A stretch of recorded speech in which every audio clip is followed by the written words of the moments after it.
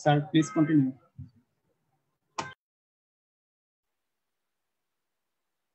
আসসালামু আলাইকুম রহমতুল্লাহ। আমি doctor Abdul Al Fahim, coordinator medicine, Synapse medical academy. আজকের এই এসবিএ ডিসকাশন প্রোগ্রামে উপস্থিত সম্মানিত গেস্ট, মেন্টর বৃন্দ এবং আমাদের পার্সোনাল চিকিৎসক বৃন্দ উপস্থিত সবাইকে জানাচ্ছি শুভেচ্ছা। সবাই জানেন synapse medical academy post graduation সেক্টরে একটি অত্যন্ত বিশ্বস্ত একটি প্রতিষ্ঠান, যেটি প্রতিষ্ঠার পর থেকেই আমাদের একাডেমিক চিকিৎসকদের একাডেমিক ব্যাপারে সর্বোচ্চ সহায়তা দিয়ে এসছে। আমাদের সেটারই ধারাবাহিকতায় আমাদের FCPS, MD, MRCP, MRCS, BCS, diploma অনেকগুলো ব্যাচ আছে। আলহামদুলিল্লাহ সেই অসংখ্য ব্যাচগুলোতে অসংখ্য চিকিৎসক এখানে বক্তৃতা হয়েছেন এবং বিভিন্ন পরীক্ষাগুলোতে সফলতার সাথে উত্তীর্ণ হয়েছেন। এছাড়া আমাদের আমরা চিকিৎসকদের পোস্ট গ্রাজুয়েশনের যাতে সহজে তারা পরীক্ষাগুলো সহজে একটা গাইডলাইন পান, সেজন্য আমরা অসংখ্য এবং অনেকগুলা ফ্রি সেমিনার নিয়েছি, যাতে করে চিকিৎসকরা একটা ভালো একটা গাইডলাইন পান।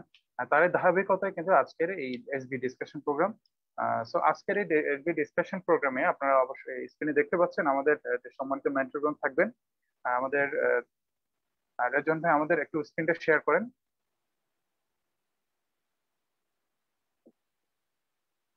আমাদের পেপার 1, পেপার 2, পেপার 3 যে ডিফারেন্ট তিনটা পেপারে আজকে পেপার ওয়াইজ আলোচনা হবে, যেখানে আপনারা জানতে পারবেন যে তিনটা পেপারে বেসিক একটা আইডিয়া পাবেন যে তিনটা পেপারের কোন কোন সিস্টেমের কোন কোন টপিক ছিল আসলে ইম্পর্টেন্ট, এসবিএ এর প্রিপারেশনটা কিভাবে নেবেন, পরীক্ষা আসলে কিরকম আসে, বা এই ধরনের অ্যান্সার গুলোর মধ্যে যে একটা যে কনফিউশন থাকে বা সেগুলো কিভাবে আপনারা ট্যাকেল দিবেন, ওভারঅল এই ব্যাপারগুলো আপনারা জানতে পারবেন। আপনারা অনেকে জানতে চেয়েছেন যে আমাদের এসবিএ যেহেতু আমরা প্রোগ্রাম করেছি, আমাদের এসবিএ এর নতুন কোনো ব্যাচ শুরু হবে কিনা। আমরা শুরুতেই জানিয়ে দিতে চাই আমরা 25 তারিখ একটা এসবিএ নতুন ব্যাচ শুরু করতে যাচ্ছি, যেখানে আমাদের প্রায় 14টা লাইভ ক্লাস থাকবে, 14টা লাইভ এক্সাম থাকবে, যার মধ্যে 12টা হচ্ছে এসবিএ আর 2টা হচ্ছে বায়োস্টেট, এবং ফাইনালি আপনারা কিন্তু একটা মক টেস্ট পাচ্ছেন।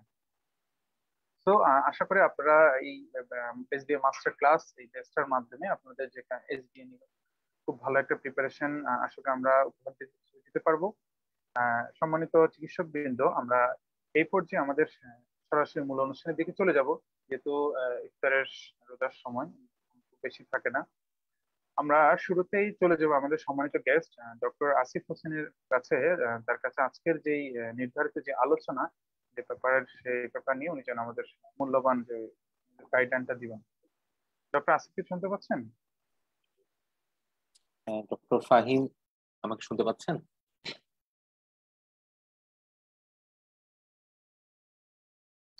ডক্টর ফাহিম আমাকে কি শোনা যাচ্ছে ঠিক মতো? হ্যাঁ, শোনা যাচ্ছে, শোনা যাচ্ছে। শেয়ারের অপশন কি অন করা আছে? ও আচ্ছা, কিশোর ভাই ডক্টর আসিফকে কো-হোস্ট করে দেন। হ্যাঁ, ঠিক আছে।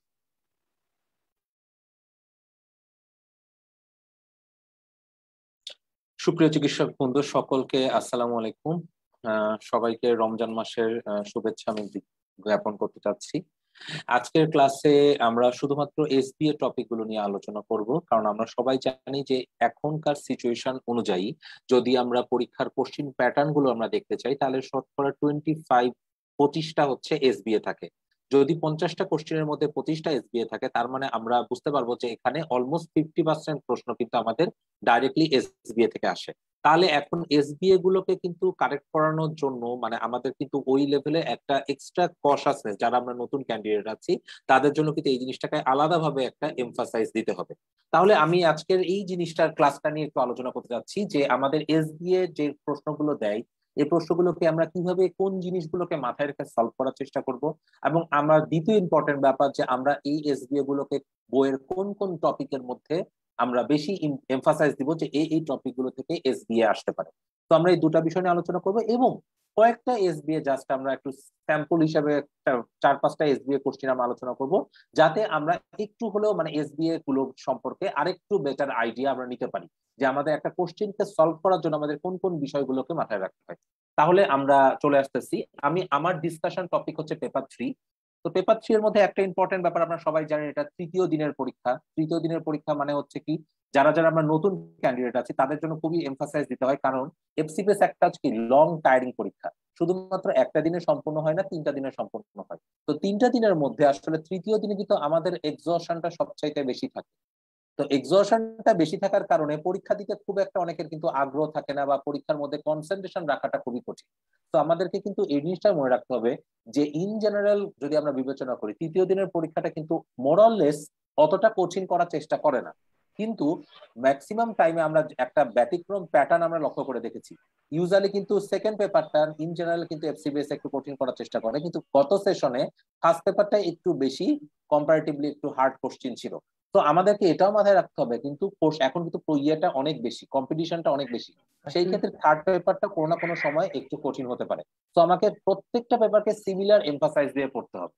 তাহলে আমরা একটু যাই যে তৃতীয় পেপার সম্পর্কে আমি যেটা বলতে চাচ্ছিলাম, যেটা একটা লং টায়ারিং ডে, তারপর ইম্পর্টেন্ট ব্যাপার যেটা আমি ইন জেনারেল প্রতিটা ক্লাসেই বলি যখন পেপার 3 নিয়ে আলোচনা করি, যে এটা কিন্তু একটা আমাদের মোটিভেশন আর এক্সশনের মধ্যে একটা কনস্ট্যান্ট ব্যাটেল, পাশাপাশি একটা আনসার্টেনটি হিসেবে কাজ করে। অনেকের জন্য একটা পারফেক্ট ফিনিশেরও একটা চিন্তা ভাবনা থাকে, এবং রেজাল্টেরও একটা টেনশন কাজ করে। তো এই জিনিসগুলোকে নিয়েই কিন্তু আমরা অতীতে যারা যারা আমরা পার্ট 1 কমপ্লিট করেছি, তারা আমরা এটাতেই এই চিন্তাগুলোকে মাথায় রেখেই সফল করেছি, এবং আপনারা যারা ইনশাল্লাহ সফল হবেন তারাও এই চিন্তাগুলোকে মাথায় রেখেই আপনারা সফল হবেন ইনশাল্লাহ। তাহলে আমরা একটু মেন টপিকে চলে আসি, যে একটা এমসিকিউ কোশ্চেন গুলোকে আমরা কিভাবে সলভ করব। তো আমরা একটা প্যাটার্ন আজকে আলোচনা করব, আশা করি এই প্যাটার্ন গুলো যদি আমরা একটু মনে রাখতে পারি, আমাদের অনেকটা কিন্তু এমন না যে সম্পূর্ণ ইজি হয়ে যাবে, কিন্তু পরীক্ষাগুলো আমরা অনেকটা ঠান্ডা মাথায় দিতে পারবো। কারণ এফসিবিএস এর ক্ষেত্রে একটা জিনিস আপনাদের মাথায় রাখতে হবে, যদিও এখানে প্রশ্ন থাকে মোটামুটি 25টা এমসিকিউ, 25টা এসবিএ, কিন্তু একটা ইন্টারেস্টিং বিষয়, এখানে সময় অনেক বেশি থাকে। সময় মোটামুটি 1 ঘন্টা 40 মিনিট থাকে, মানে 100 মিনিটের একটা পরীক্ষা। একটা কোশ্চেনকে সলভ করার জন্য আপনি কিন্তু 2 মিনিটের মতো সময় পাচ্ছেন। কাজেই সেই ক্ষেত্রে আপনার যত রকম এমফাসাইজ আছে, যত রকম নলেজ আছে, এই জিনিসগুলোকে কিন্তু ইউটিলাইজ করার জন্য এটাই খুবই ইম্পর্টেন্ট একটা এক্সামিনেশন।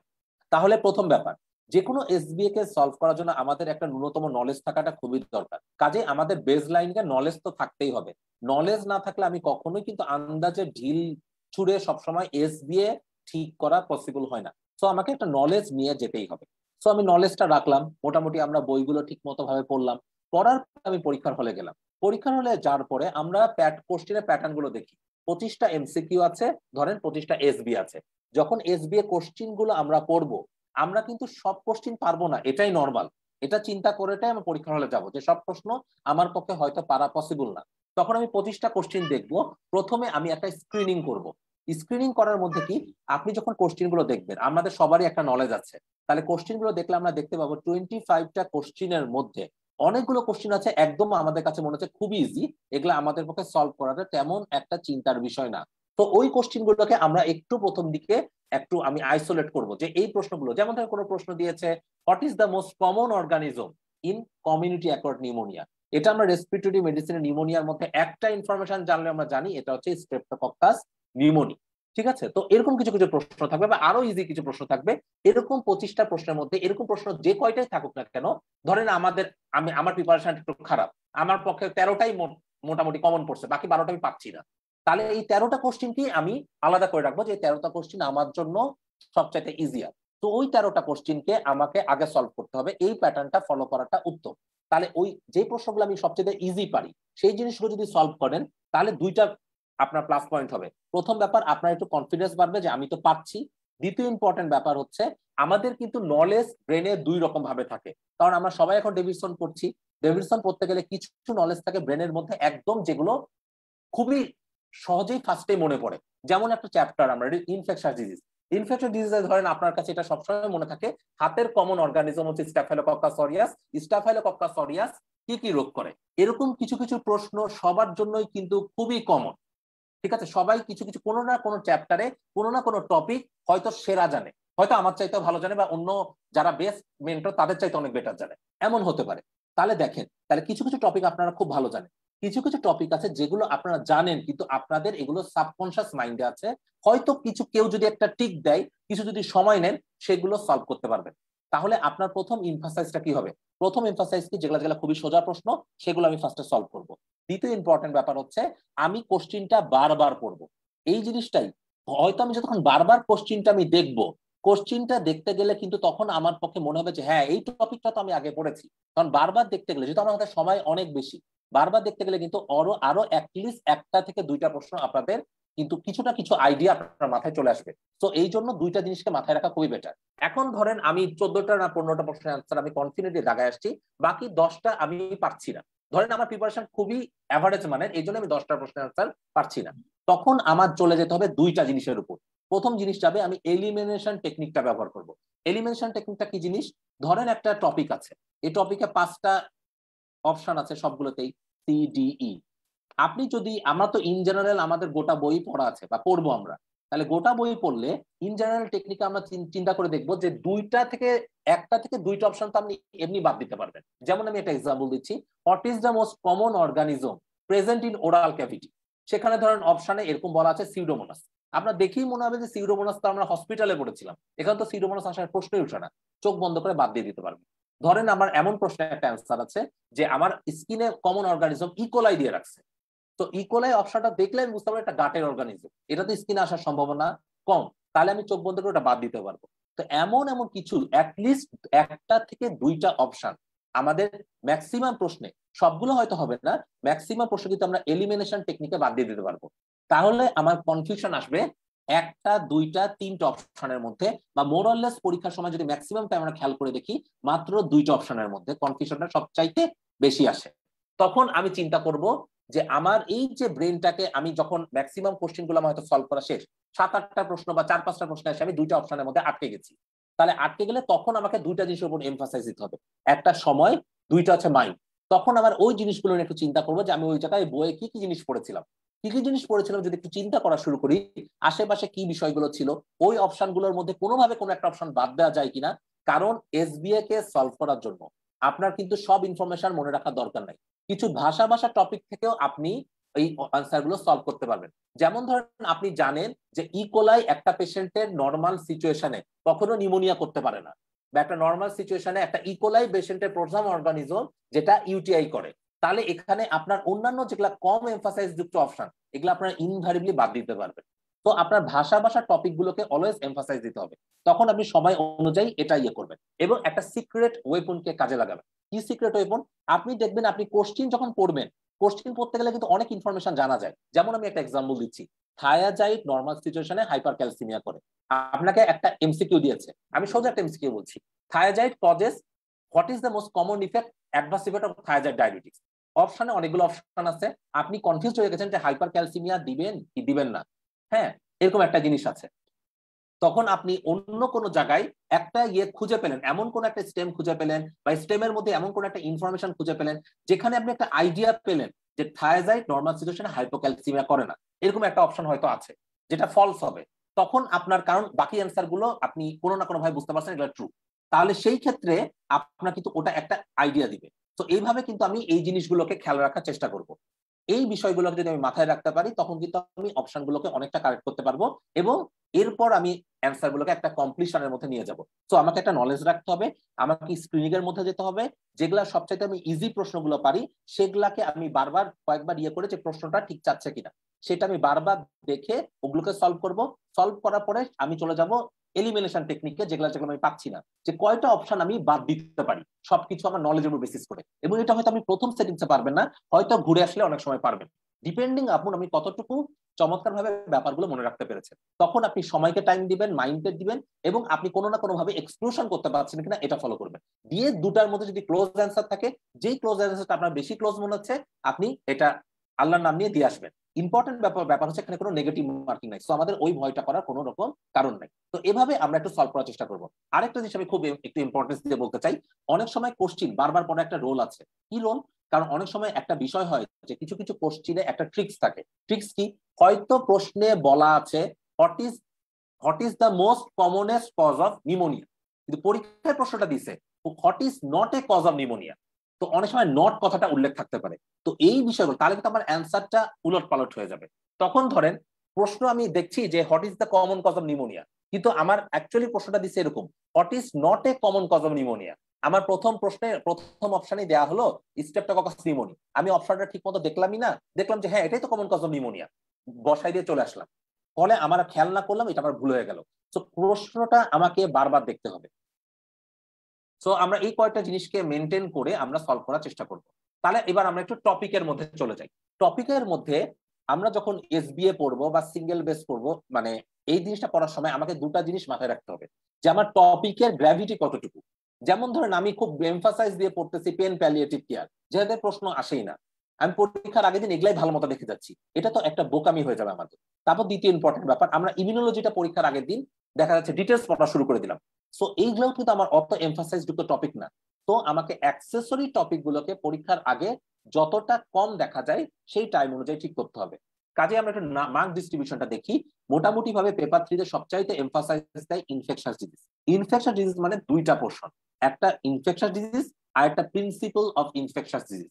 কারণ অনেক সময় শুধুমাত্র আমরা ইনফেকশাস ডিজিজটা ভালো মতো করতে চাই, প্রিন্সিপলটাকে বাদ দিয়ে দিই। প্রিন্সিপল থেকে তো পরীক্ষায় প্রশ্ন আসবেই, এটার কোনো ব্যত্যয় নাই। তো আমাকে কিন্তু এই জিনিসটা একটা লেস ইম্পর্টেন্ট টপিক হলো পরীক্ষার জন্য ইনফিনিটিসটা, কারণ ইন জেনারেলটা ছোট একটা চ্যাপ্টার, আমরা অনেক সময় চ্যাপ্টারটা ভালো মতো পড়তে চাই না, বাট এখানে কিন্তু পরীক্ষায় প্রশ্ন ঘুরায় পেঁচায় আসবেই। তো আমাকে প্রিন্সিপাল অফ ইনফেকশন ডিজিজ পড়তেই হবে। দ্বিতীয় ইম্পর্টেন্ট ব্যাপার হচ্ছে respiratory medicine. Respiratory medicine second most important topic. তাহলে আমাকে পরীক্ষার আগে বা যে কোনো এসবিএ পড়ার জন্য আমাকে রেসপিরেটরি মেডিসিন ভালো মতো শিখতে হবে। এবং নেফ্রোলজি আর রিমাটোলজি এটা তার পরবর্তী টপিক, এখান থেকে মোটামুটি দুইটা মিলে 15 থেকে 16টার মতো প্রশ্ন আসে। তো আমরা এই যে চারটা চ্যাপ্টার, এই চারটা চ্যাপ্টারকে পরীক্ষার, আমি এটা বলতেছি ইন জেনারেল পরীক্ষার আগের কন্ডিশন হিসেবে, পরীক্ষার আগে এই চারটা চ্যাপ্টারকে ভালো মতো এমফাসাইজ দিতে হবে। আর অ্যাক্সেসরি টপিকগুলো আমরা এখন ভালো মতো পড়বো, পরীক্ষার আগে কয়েকটা ইম্পর্টেন্ট টপিক জাস্ট দেখে যাব, মোটামুটি ভাবে 15 থেকে 20 মিনিট সময় রাখলেই যথেষ্ট। 15 থেকে 20 মিনিটের মধ্যে আমরা ইমিউনোলজি ইম্পর্টেন্ট টপিক, পেন প্যালিয়েটিভের 1-2টা টপিক আমরা খালি দেখে যাব, ঠিক আছে? তাহলে আমরা একটু এসবি এর মধ্যে আসি, কোন কোন টপিকগুলো বেশি ইম্পর্টেন্ট। এখানে আমরা অনেকগুলো টপিক বলবো, কিন্তু আমি যেটা বলবো পরীক্ষার জন্য জাস্ট ইম্পর্টেন্ট, এসবিএ যে জোন থেকে আসে। প্রথম ইম্পর্টেন্ট ব্যাপার, আমরা প্রিন্সিপাল অফ ইনফেকশন ডিজিজের মধ্যে কয়েকটা জিনিস খুবই ইম্পর্টেন্ট যেখান থেকে পরীক্ষার প্রশ্নগুলো দেয়। একটা নর্মাল ফ্লোরা, নর্মাল ফ্লোরাটা কোন জায়গায় কোন ফ্লোরা থাকে, কোন জায়গায় কোন ডিজিজটা করে, এই জিনিসগুলো জানতে হবে, এবং কোন জায়গায় কোন ফ্লোরা বা অ্যাটিপিক্যাল অর্গানিজম দিয়ে কোন ডিজিজগুলো হতে পারে। আচ্ছা, আমি প্রশ্নের অ্যান্সার গুলো দিব, আগে আপনার প্রশ্নগুলো সব লিখে রাখেন, আমি টপিকগুলো আলোচনা শেষে প্রশ্নের আমি সবগুলো অ্যান্সার দিব। এরপরে হচ্ছে কি আমি বলতে যাচ্ছি, নর্মাল ফ্লোরার প্রত্যেকটা পয়েন্ট আমাদেরকে জানতে হবে। দ্বিতীয় ইম্পর্টেন্ট ব্যাপার হচ্ছে যে নর্মাল ফ্লোরা কোন জায়গায়, অ্যাটিপিক্যাল কোন ফ্লোরা গুলো, যে জায়গায় কোন ডিজিজ গুলো করে। যেমন আমরা জানি কোন জায়গায় যদি আপনি কোনো একটা মানে প্রোস্টেটিক কোনো কিছু লাগিয়ে দেন, তাহলে সেই সকল জায়গায় আমরা এটা করবো, এখানে স্ট্যাফাইলোকক্কাস এপিডার্মিডিস কমন অর্গানিজম করে, কমনলি ওখানে ইনফেক্ট করে। তো এটা ওখানকার কিন্তু নর্মাল ফ্লোরা না, বাট ইনফেক্ট করে। এই জিনিসটা আমরা প্রিন্সিপালের মধ্যে শেখার চেষ্টা করব। পাশাপাশি এক্সোটক্সিন মিডিয়েটেড ডিজিজ গুলো পড়বো, এবং আমরা দ্বিতীয় বিষয়গুলো পড়বো, ভ্যাকসিন গুলো ভালো মতো পড়তে হবে। ভ্যাকসিনের মধ্যে আমাদের জানতে হবে কোনটা কিল ভ্যাকসিন, কোনটা লাইভ ভ্যাকসিন, এই জিনিসগুলো আমাদের জানতে হবে। এবং সবচাইতে এমফাসাইজ দিতে হবে মেকানিজম অফ অ্যান্টিমাইক্রোবিয়াল, মানে অ্যান্টিমাইক্রোবিয়াল যে কোনো এজেন্ট, সেটা অ্যান্টি ভাইরাল হোক, অ্যান্টি ব্যাকটেরিয়াল হোক, প্রত্যেকটা এজেন্টের কমন সাইড ইফেক্ট কি, কমন মেকানিজম অফ অ্যাকশন কি, কমন রোল গুলো, কোন কোন ডিজে কমনেস ব্যবহার করা হয়, এই কয়টা বিষয় আমাদেরকে বারবার দেখতে হবে। তাহলে আমরা একটা প্রশ্নে চলে আসি, জাস্ট এই জিনিসটা একটু এলাবোরেশনটা দেখার জন্য। এই প্রশ্নটা দেওয়া হচ্ছে প্রিন্সিপাল অফ ইনফেকশন ডিজিজের ড্রাগের মেকানিজম অফ অ্যাকশন থেকে। আমরা অনেকগুলো এসবিএ ক্লাসে সলভ করবো, আজকে আমি জাস্ট কিছু প্যাটার্ন শিখাবো। দেখেন, একটা 55 ইয়ার্স ওল্ড মেল, এখানে 55টা হবে, came with palpitation followed by collapse, ঠিক আছে? তো সেখানে কলাপস করে গেছে, এটা কার্ডিওভাস্কুলার ম্যানিফেস্টেশন যদিও। আচ্ছা, কোন family history of similar type of illness নাই। ইসিজি ডান করা হয়েছে, ইসিজিতে আমরা একটা রিদম পেয়েছি, এটাকে আমরা বলি হচ্ছে টর্সা ডেস পয়েন্টিস, ঠিক আছে? এই রিদমটা পাওয়া গেছে, এখন রিদম নিয়ে আমার চিন্তা করার বিষয় নাই। দ্বিতীয় ইম্পর্টেন্ট ব্যাপার হচ্ছে তাকে সাকসেসফুলি ট্রিটমেন্ট দেওয়া হয়েছে অ্যাপ্রোপ্রিয়েট মেজারমেন্টের উপর বেসিস করে। এখন দেখেন, সে কিন্তু কয়েকটা ট্রিটমেন্ট পাচ্ছিল, অ্যান্টিডিপ্রেসেন্ট আগে থেকে খাচ্ছিল লং টাইম ধরে, এবং ইরাইথ্রোমাইসিন খাচ্ছিল রেসপিরেটরি ট্র্যাক্ট ইনফেকশনের জন্য। তাহলে আমাকে এখন করতে হবে যে এই যে ঘটনাটি ঘটেছে, তার যে কলাপসটা হয়েছে, এই কলাপসটা কি জন্য হয়েছে। তো অনেকগুলো অপশন এখানে দেওয়া আছে, দেখেন, লং কিউটি সিনড্রোম আছে, অ্যান্টিডিপ্রেসেন্ট আছে, ইরাইথ্রোমাইসিন আছে, মায়োকার্ডাইটিস আছে, টেম্পোরাল লোব এপিলেপসি আছে। সো আমাকে এই প্রশ্নটা সলভ করতে হবে কিসের উপর বেসিস করে? আমার এসবি এর টেকনিক উপর বেসিস করে। ধরেন এই প্রশ্নটা আমি ঠিক মতো পাচ্ছি না, কিন্তু আমার কিছু নলেজ আছে। কি নলেজ আছে? আমি এইটুকু নলেজ আছে যে এই যে টর্সাডেস পয়েন্টিস, এই টর্সাডেস পয়েন্টিসটা অ্যাকচুয়ালি কিউটি ইন্টারভাল। আমাদের ইসিজি তে একটা কিউটি ইন্টারভাল আছে। এই কিউটি ইন্টারভাল যখন লং টাইম ধরে প্রলং থাকে, তখন এই প্রলং কিউটি ইন্টারভাল থেকে অনেক সময় একটা অ্যাবনর্মাল রিদম অ্যাপিয়ার করতে পারে, যেটাকে আমরা বলি হচ্ছে পলিমরফিক ভেন্ট্রিকুলার ট্যাকিকার্ডিয়া। আরেকটা নাম হচ্ছে টর্সাডেস পয়েন্টিস। তাহলে আমরা এটুকু জানি যেখানে কিউটি প্রলঙ্গেশন থেকে এই রিদমটা হতে পারে। তাহলে দেখেন প্রথম পয়েন্টে দেখেন no family history of similar type of illness. তাহলে কনজেনিটাল কিউটি ইন্টারভালটা আমি বাদ দিয়ে দিতে পারবো, এটা আমি নলেজ থেকে বাদ দিচ্ছি। আর আমি এটা বুঝতে পারছি যে কিউটি ইন্টারভাল, তাহলে চোখ বন্ধ করে এখানে মায়োকার্ডিটিসের কোনো সুযোগ নাই। দ্বিতীয় ইম্পর্টেন্ট ব্যাপার, টেম্পোরাল অফ এপিলেপসিরও কোনো সুযোগ নেই। তাহলে আমাকে কনফিউশন কিসের উপর আসতে পারে? কনফিউশন আসতে পারে কিউটি ইন্টারভালের কজ কি কি আছে। সো অনেকগুলো কজ আছে, হাইপোক্যালসিমিয়া আছে, হাইপোক্যালিমিয়া আছে, হাজার হাজার কারণ আছে। পরীক্ষার জন্য বেশি ইম্পর্টেন্ট এমফাসাইজ দেয় ড্রাগ গুলো, যে কোন কোন ড্রাগ গুলো কিউটি ইন্টারভালকে প্রলং করে। তো অনেকগুলো ড্রাগ কিউটি ইন্টারভালকে প্রলং করে। মেনলি ধরেন অ্যান্টি ডিপ্রেসেন্ট, অ্যান্টিসাইকোটিক, কিছু কিছু অ্যামিওডারন, সোটালল, যেগুলো ইউজুয়ালি রিদমে কন্ট্রোল করতে ব্যবহার করে। অ্যান্টিবায়োটিক আছে, অ্যান্টিবায়োটিকের মধ্যে ইরাইথ্রোমাইসিন, ক্ল্যারিথ্রোমাইসিন এগুলো আছে। অনেক সময় আপনাদের সিপ্রোফ্লক্সাসিন আছে। অনেকগুলো ড্রাগ আছে। তাহলে আমাকে অপশনে কিন্তু দুইটা কমন অপশন চলে আসছে। একটা অ্যান্টি ডিপ্রেসেন্ট, এটাও কিউটি প্রলং করতে পারে। দুই নাম্বার ইরাইথ্রোমাইসিন, এটাও কিউটি প্রলং করতে পারে, যেটা আমরা একটু কনফিউশনের মধ্যে ভুগে যাব। তাহলে আমাকে এই জন্য একটু খেয়াল রাখতে হবে টাইম পিরিয়ড গুলো। টাইম পিরিয়ডটা দেখেন, অ্যান্টি ডিপ্রেসেন্ট কিন্তু লং টাইম ধরে খাচ্ছে, কাজেই যদি তার কিউটি ইন্টারভাল হওয়ার সুযোগ ছিল আগেই প্রলং করতো। হ্যাঁ, এখন যে সে ইরাইথ্রোমাইসিন খাচ্ছে, এই ইরাইথ্রোমাইসিনটাই কিন্তু এখানে হঠাৎ করে নেওয়ার পরে তার এই ঘটনাটা হচ্ছে, কারণ রেসপিরেটরি একটা ইনফেকশন, এটা একটা শর্ট টাইম এপিসোড। তাহলে সেক্ষেত্রে আমার অ্যান্সারটা হয়ে যাচ্ছে ইরাইথ্রোমাইসিন। হয়তো পারে যে অ্যান্টিডিপ্রেসেন্ট ইরাইথ্রোমাইসিন দুটার কম্বিনেশন এটা আরো অ্যাগ্রাভেট করেছে, কিন্তু এখানে প্রিডমিনেন্ট কজ হচ্ছে ইরাইথ্রোমাইসিন। কারণ অ্যান্টিডিপ্রেসেন্ট যেহেতু লং টাইম ধরে খাচ্ছে, কাজে প্রবলেমটা অনেক আগে হওয়ার কথা ছিল। এই জন্য আমি ওটাকে অ্যান্সার হিসেবে ধরবো না। এই জন্য আমার সিঙ্গেল বেস্ট অ্যান্সার হয়ে যাবে erythromycin. In spite of antidepressant can cause QT prolongation in this patient. ঠিক আছে, আচ্ছা আমরা এরপরে চলে আসতেছি ইনফেকশাসের বাকি টপিকের উপর। আমাদের কিছু কিছু টপিককে অ্যাক্সেসরি আর কিছু কিছু টপিককে অবশ্যই সিঙ্গেল বেস থেকে জানতে হবে। প্রথম ব্যাপার হচ্ছে ইনফেকশন, কোথায় কোন ধরনের ইনফেকশন করে, কোথায় কি ধরনের সফট টিস্যু ইনফেকশন করে, কোথায় কোন জায়গায় ডিপ ইনফেকশন করে, প্রত্যেকটা ইনফেকশনের কারণ জানতে হবে। এটা না জেনে আমরা কখনোই পরীক্ষার হলে যাব না। এক, ডায়রিয়ার কজগুলো এবং ডায়রিয়ার কোন কজগুলো কি করে, ডেভিসনের অনেকগুলো চার্টে দেওয়া আছে। এই প্রত্যেকটা ডায়রিয়ার কজ গুলো কিন্তু এসবিএ তে 3বারের মতো পরীক্ষা আসছে 16 সাল থেকে যদি সেশন আমরা চিন্তা করি। তাহলে আমাকে ডায়রিয়ার কজ কোন সিচুয়েশনে কোন ডায়রিয়াটা হয়, কোন অর্গানিজম দিয়ে, এগুলো আমাকে জানতে হবে।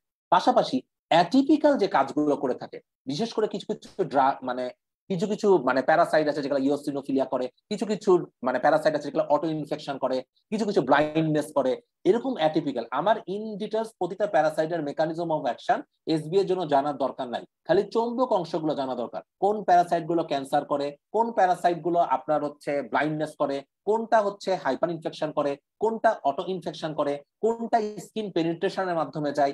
এরকম গ্রস গ্রস টপিক গুলো আমরা যখন ইনফেকশনসে আমরা করব, এরকম টপিক গুলো যদি আমরা সুন্দর করে খাতায় লিখে ফেলতে পারি, তাহলে কিন্তু আমার জন্য সলভ করাটা অনেকটা ইজিয়ার হয়ে যাবে। এক, এবার আমি যাচ্ছি ভাইরাল ইনফেকশন। ভাইরাল ইনফেকশনে আমাদেরকে ইন ডিটেলস পড়তে হবে। প্রথমে হচ্ছে মিজিলস, হার্পিসটা। হার্পিস থেকে পরীক্ষায় প্রশ্ন আসার চান্সেস অনেক বেশি। সবচাইতে ইম্পর্টেন্ট হচ্ছে infectious mononucleosis, varicella zoster, cytomegalovirus. এখান থেকে কতবার প্রশ্ন আসছে চিন্তা করা যায় না। তারপর হচ্ছে মিজেলস। তারপরে যদি আমরা কোনো টপিক পড়তে চাই, তাহলে সেই ক্ষেত্রে আমার চলে যাবে হচ্ছে ডেঙ্গুতে, কারণ ডেঙ্গু যেহেতু খুবই ইম্পর্টেন্ট। পাশাপাশি যেহেতু কোভিড আছে, এই কোভিড ওই কয়টা টপিক আমরা কিন্তু ডিটেলস আমরা এসবি এর জন্য পড়ার চেষ্টা করব। আচ্ছা, এবার আমি চলেছি প্রোটোজোয়ার মধ্যে বাকি কি অংশ আছে। প্রোটোজোয়ার মধ্যে আমাদের কিন্তু আগে প্রশ্নটা ইনভ্যারিয়েবলি দিত ম্যালেরিয়া, কালাজ্বর থেকে। তো ম্যালেরিয়া, কালাজ্বর কিন্তু আমাদের আগেকার অনেক টপিক্যাল একটা টপিক ছিল। তো এখান থেকে কিন্তু প্রশ্ন এখন আসাটা কমে গেছে। তারপরও কিন্তু আমরা ম্যালেরিয়া, কালাজ্বরটা ঠিক মতো পড়ার চেষ্টা করব। তাহলে আরেকটা ইম্পর্টেন্ট ব্যাপার টিউবারকুলোসিস। টিউবারকুলোসিস থেকে আসে না এমন কোন সেশনে প্রশ্ন নেই, সেটা স্টেমে হোক বা সেটা সিঙ্গেল বেস্টে হোক। টিবির প্রত্যেকটা খুঁটিনাটি ইনফরমেশন আমাদেরকে ঠিক মতো জানতে হবে। এই কয়টা জিনিস আমাদেরকে বেশি এমফাসাইজ দিতে করতে হবে এসবি এর জন্য। আচ্ছা, আমি আরেকটা প্রশ্ন যা আলোচনা করছি, কমন কমন টপিক গুলো। যেমন একটা দেখেন, আমরা ইন জেনারেল একটা পেশেন্টের পাইছি লেগ সোয়েলিং নিয়ে। A patient came to you with leg swelling. So leg swelling অসংখ্য কারণে হতে পারে। এটা ইডিমার জন্য হতে পারে, এই লেগ সোয়েলিংটা অনেক সময় ডিভিটির জন্য হতে পারে, এটা সেলুলাইটিসের জন্য হতে পারে, অ্যাক্সেসের জন্য হতে পারে, কম্পার্টমেন্ট সিনড্রোমের জন্য হতে পারে, রাপচার বেকার সিস্টের জন্য হতে পারে, অসংখ্য কারণে হতে পারে। ঠিক আছে, কিন্তু ইম্পর্টেন্ট ব্যাপার দেখেন পরের লাইনে বলাই আছে এটা অস্টিওমাইলাইটিসের জন্য। তো অস্টিওমাইলাইটিসের জন্য লেগ সোয়েলিং আছে। তাহলে ইন জেনারেল কন্ডিশনে অস্টিওমাইলাইটিস লেগ সোয়েলিং করে কমন অর্গানিজম হচ্ছে স্ট্যাফাইলোকক্কাস অরিয়াস অথবা স্ট্রেপ্টোকক্কাস, এই দুটার মধ্যেই একটা। স্ট্রেপ্টোকক্কাস ইরাইসোপেলাস করে, স্ট্যাফাইলোকক্কাস হচ্ছে অস্টিওমাইলাইটিস করে। তাহলে আমার জন্য ইম্পর্টেন্ট কিছু পয়েন্ট আছে। দেখেন আমি প্রশ্নটা যখন দেখবো তাহলে প্রথম অপশন হচ্ছে ইকোলাই। আমি ইন জেনারেল চিন্তা করে দেখবো ইকোলাই একটা গাটের অর্গানিজম, তো গাটের আশেপাশে ঘুরতে পারে, ইউরিনারি ট্র্যাক্টে আসতে পারে, এটা ইউজুয়ালি লেগে আসার চান্সেস অনেক কম। তো এটা আমি বাদ দিয়ে দিতে পারি নর্মাল নলেজ থেকে।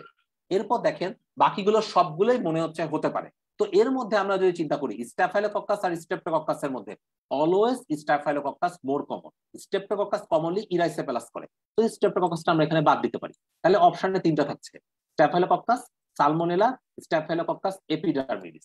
আমাদের একটা জিনিস বলেছিলাম, এপিডার্মিডিস কখন আমার ইনফেকশন করতে পারে, যে যে কন্ডিশনে শরীরের মধ্যে কোনো রকম কিছু প্রস্থেটিক কিছু আছে। যেমন ধরেন এই পেশেন্টটার কোনো কারণে ফ্র্যাকচার ছিল, ফ্র্যাকচার থেকে ভেতরে কর্ক স্ক্রু দিয়ে এটাকে রিকভারি করানো হয়েছে, তখন যদি অস্টিওমাইলাইটিস হতো, তখন যদি ইনফেকশন হতো, তখন হয়তো স্ট্যাফাইলোকক্কাস এপিডার্মিডিস কথাটা আমরা চিন্তা করে দেখতাম। কিন্তু এখানে চিন্তা করার কোনো সুযোগ নাই। তাহলে সেই ক্ষেত্রে চিন্তা করতে পারি আমরা স্ট্যাফাইলোকক্কাস আর সালমোনেলা। তাহলে কমনেস্ট অর্গানিজম যদিও স্ট্যাফাইলোকক্কাস, বাট আরেকটা ইম্পর্টেন্ট ইনফরমেশন আছে, একটা সিকেল সেল ডিজিজের পেশেন্টে commonest cause to develop osteomyelitis হতে সালমোনেলা। তো সেই ক্ষেত্রে অ্যান্সার হয়ে যাবে সালমোনেলা। তো এরকম কয়েকটা অ্যাটিপিক্যাল বিষয়গুলোকে আমাদের মনে রাখতে হবে।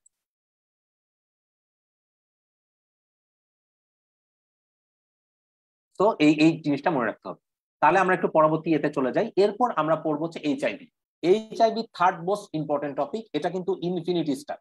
এইচআইভিতে আমরা কোন কোন জিনিসগুলো এসবি এর জন্য স্পেশালি দেখবো, এক্সেপশনালি আমরা কোন কোন জিনিসগুলো দেখবো স্পেশালি, যেগুলো এইচআইভি ডিফাইনিং ইলনেস, যেমন টক্সোপ্লাজমা, ক্রিপ্টোকক্কাস কিছু কিছু ক্ষেত্রে, এইচআইভির ক্ষেত্রে অনেক সময় এই মাইক্রোব্যাকটেরিয়াম অ্যাভিয়ারি ইন্ট্রাসেলুলারি হয়, অনেক সময় হচ্ছে নিউমোসিস্টিস জেরুভেসি নিউমোনিয়া হয়। এই যে কমনেস্ট এইচআইভি ডিফাইনিং ইলনেস এবং এটার সাথে CD4 সেলের কি কি কাউন্ট, এই বিষয়গুলো আমরা এখানে কখনোই বাদ দিব না। পাশাপাশি common complication of anti retroviral, এই দুটা জিনিস আমরা এখানে জানার চেষ্টা করব, এবং কখন আমরা কোন কোন ড্রাগ এটা প্রোফাইল্যাক্সিস হিসেবে দিই, এই চারটা ইনফরমেশন আমাদেরকে এইচআইভি থেকে ডিটেইলস জানতে হবে। পাশাপাশি আমরা এসটিডি গুলো পড়বো। এসটিডির মধ্যে আমরা এসবিএ তে প্রশ্ন কম আসে, তারপর আমরা কমন এসবিএ, যে এসবিএ গুলোতে কোথায় কোন জায়গায় ইনফেকশন হয়, কখন লিম্ফ্যাডেনোপ্যাথি হয়, কখন পেনলেস আলসার হয়, কখন পেনফুল আলসার হয়, এই জিনিসগুলো আমরা ডেপথে জানার চেষ্টা করব। এবং প্রত্যেকটা এসবি এর মানে এসটিডির ক্ষেত্রে প্যাথোগোনমিক লেশন কি, এই চারটা জিনিস আমরা জানবো। তাহলে আমরা একটা এইচআইভি রিলেটেড একটা প্রশ্ন জাস্ট ফর আমাদের একটু রিক্যাপিচুলেশনের জন্য। দেখেন একটা এইচআইভি পেশেন্ট আসছে, শর্টনেস অফ ব্রিথ,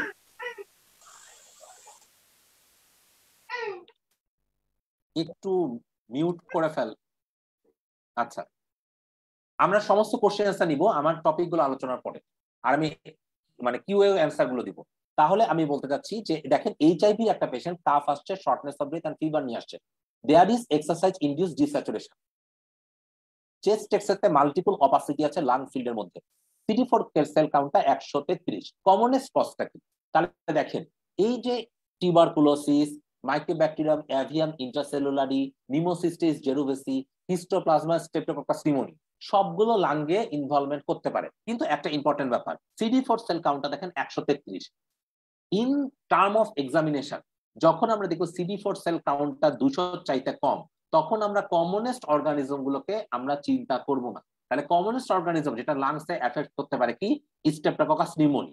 তো নিউমোনির আরেকটা ইম্পর্টেন্ট পয়েন্ট, এটা লোবার নিউমোনিয়া করে। এখানে দেখেন মাল্টিপল অপাসিটির কথা উল্লেখ আছে, তো মাল্টিপল অপাসিটি কিন্তু নিউমোনিয়াতে কমন না, যেটা স্ট্রেপ্টোকক্কাস নিউমোনিতে হয়। তো এই অ্যান্সারটা আমরা বাদ দিই। এক, দ্বিতীয় ইম্পর্টেন্ট ব্যাপার, ফাঙ্গাল হিস্টোপ্লাজমা এইচআইভি তে ইনফেক্ট করতে পারে, বাট এটা কমন অর্গানিজম না এইচআইভি তে ইনফেক্ট করার মতো। তাহলে সেই ক্ষেত্রে এই দুটো অপশনকে আমরা বাদ দিয়ে হিসাব করব। 2, 3 নম্বর বিষয় হচ্ছে দেখেন মাল্টিপল অপাসিটি টিবির কারণে হতে পারে, কোনো সন্দেহ নাই। মাল্টিপল অপাসিটি অনেক সময় নিউমোসিস্টিস জেরোসিসের জন্য হতে পারে, এটা মাইক্রোব্যাকটেরিয়াম অ্যাভিয়াম ইন্টারসেলুলারির জন্য হতে পারে। দুইটা কথা খুবই ইম্পর্টেন্ট, যে দেখেন মাইক্রোব্যাকটেরিয়াম অ্যাভিয়াম ইন্টারসেলুলারি এটা আমি তখনই চিন্তা করব যখন আমার CD4 সেল কাউন্টটা 50-এর চাইতে কম হবে। এটা পরীক্ষার জন্য মনে রাখবেন। তো 50-এর চাইতে কম CD4 সেল কাউন্ট না, সেই সকল ক্ষেত্রে মাইক্রোব্যাকটেরিয়াম অ্যাভিয়াম ইন্টারসেলুলারিটা আমরা চিন্তা করব না।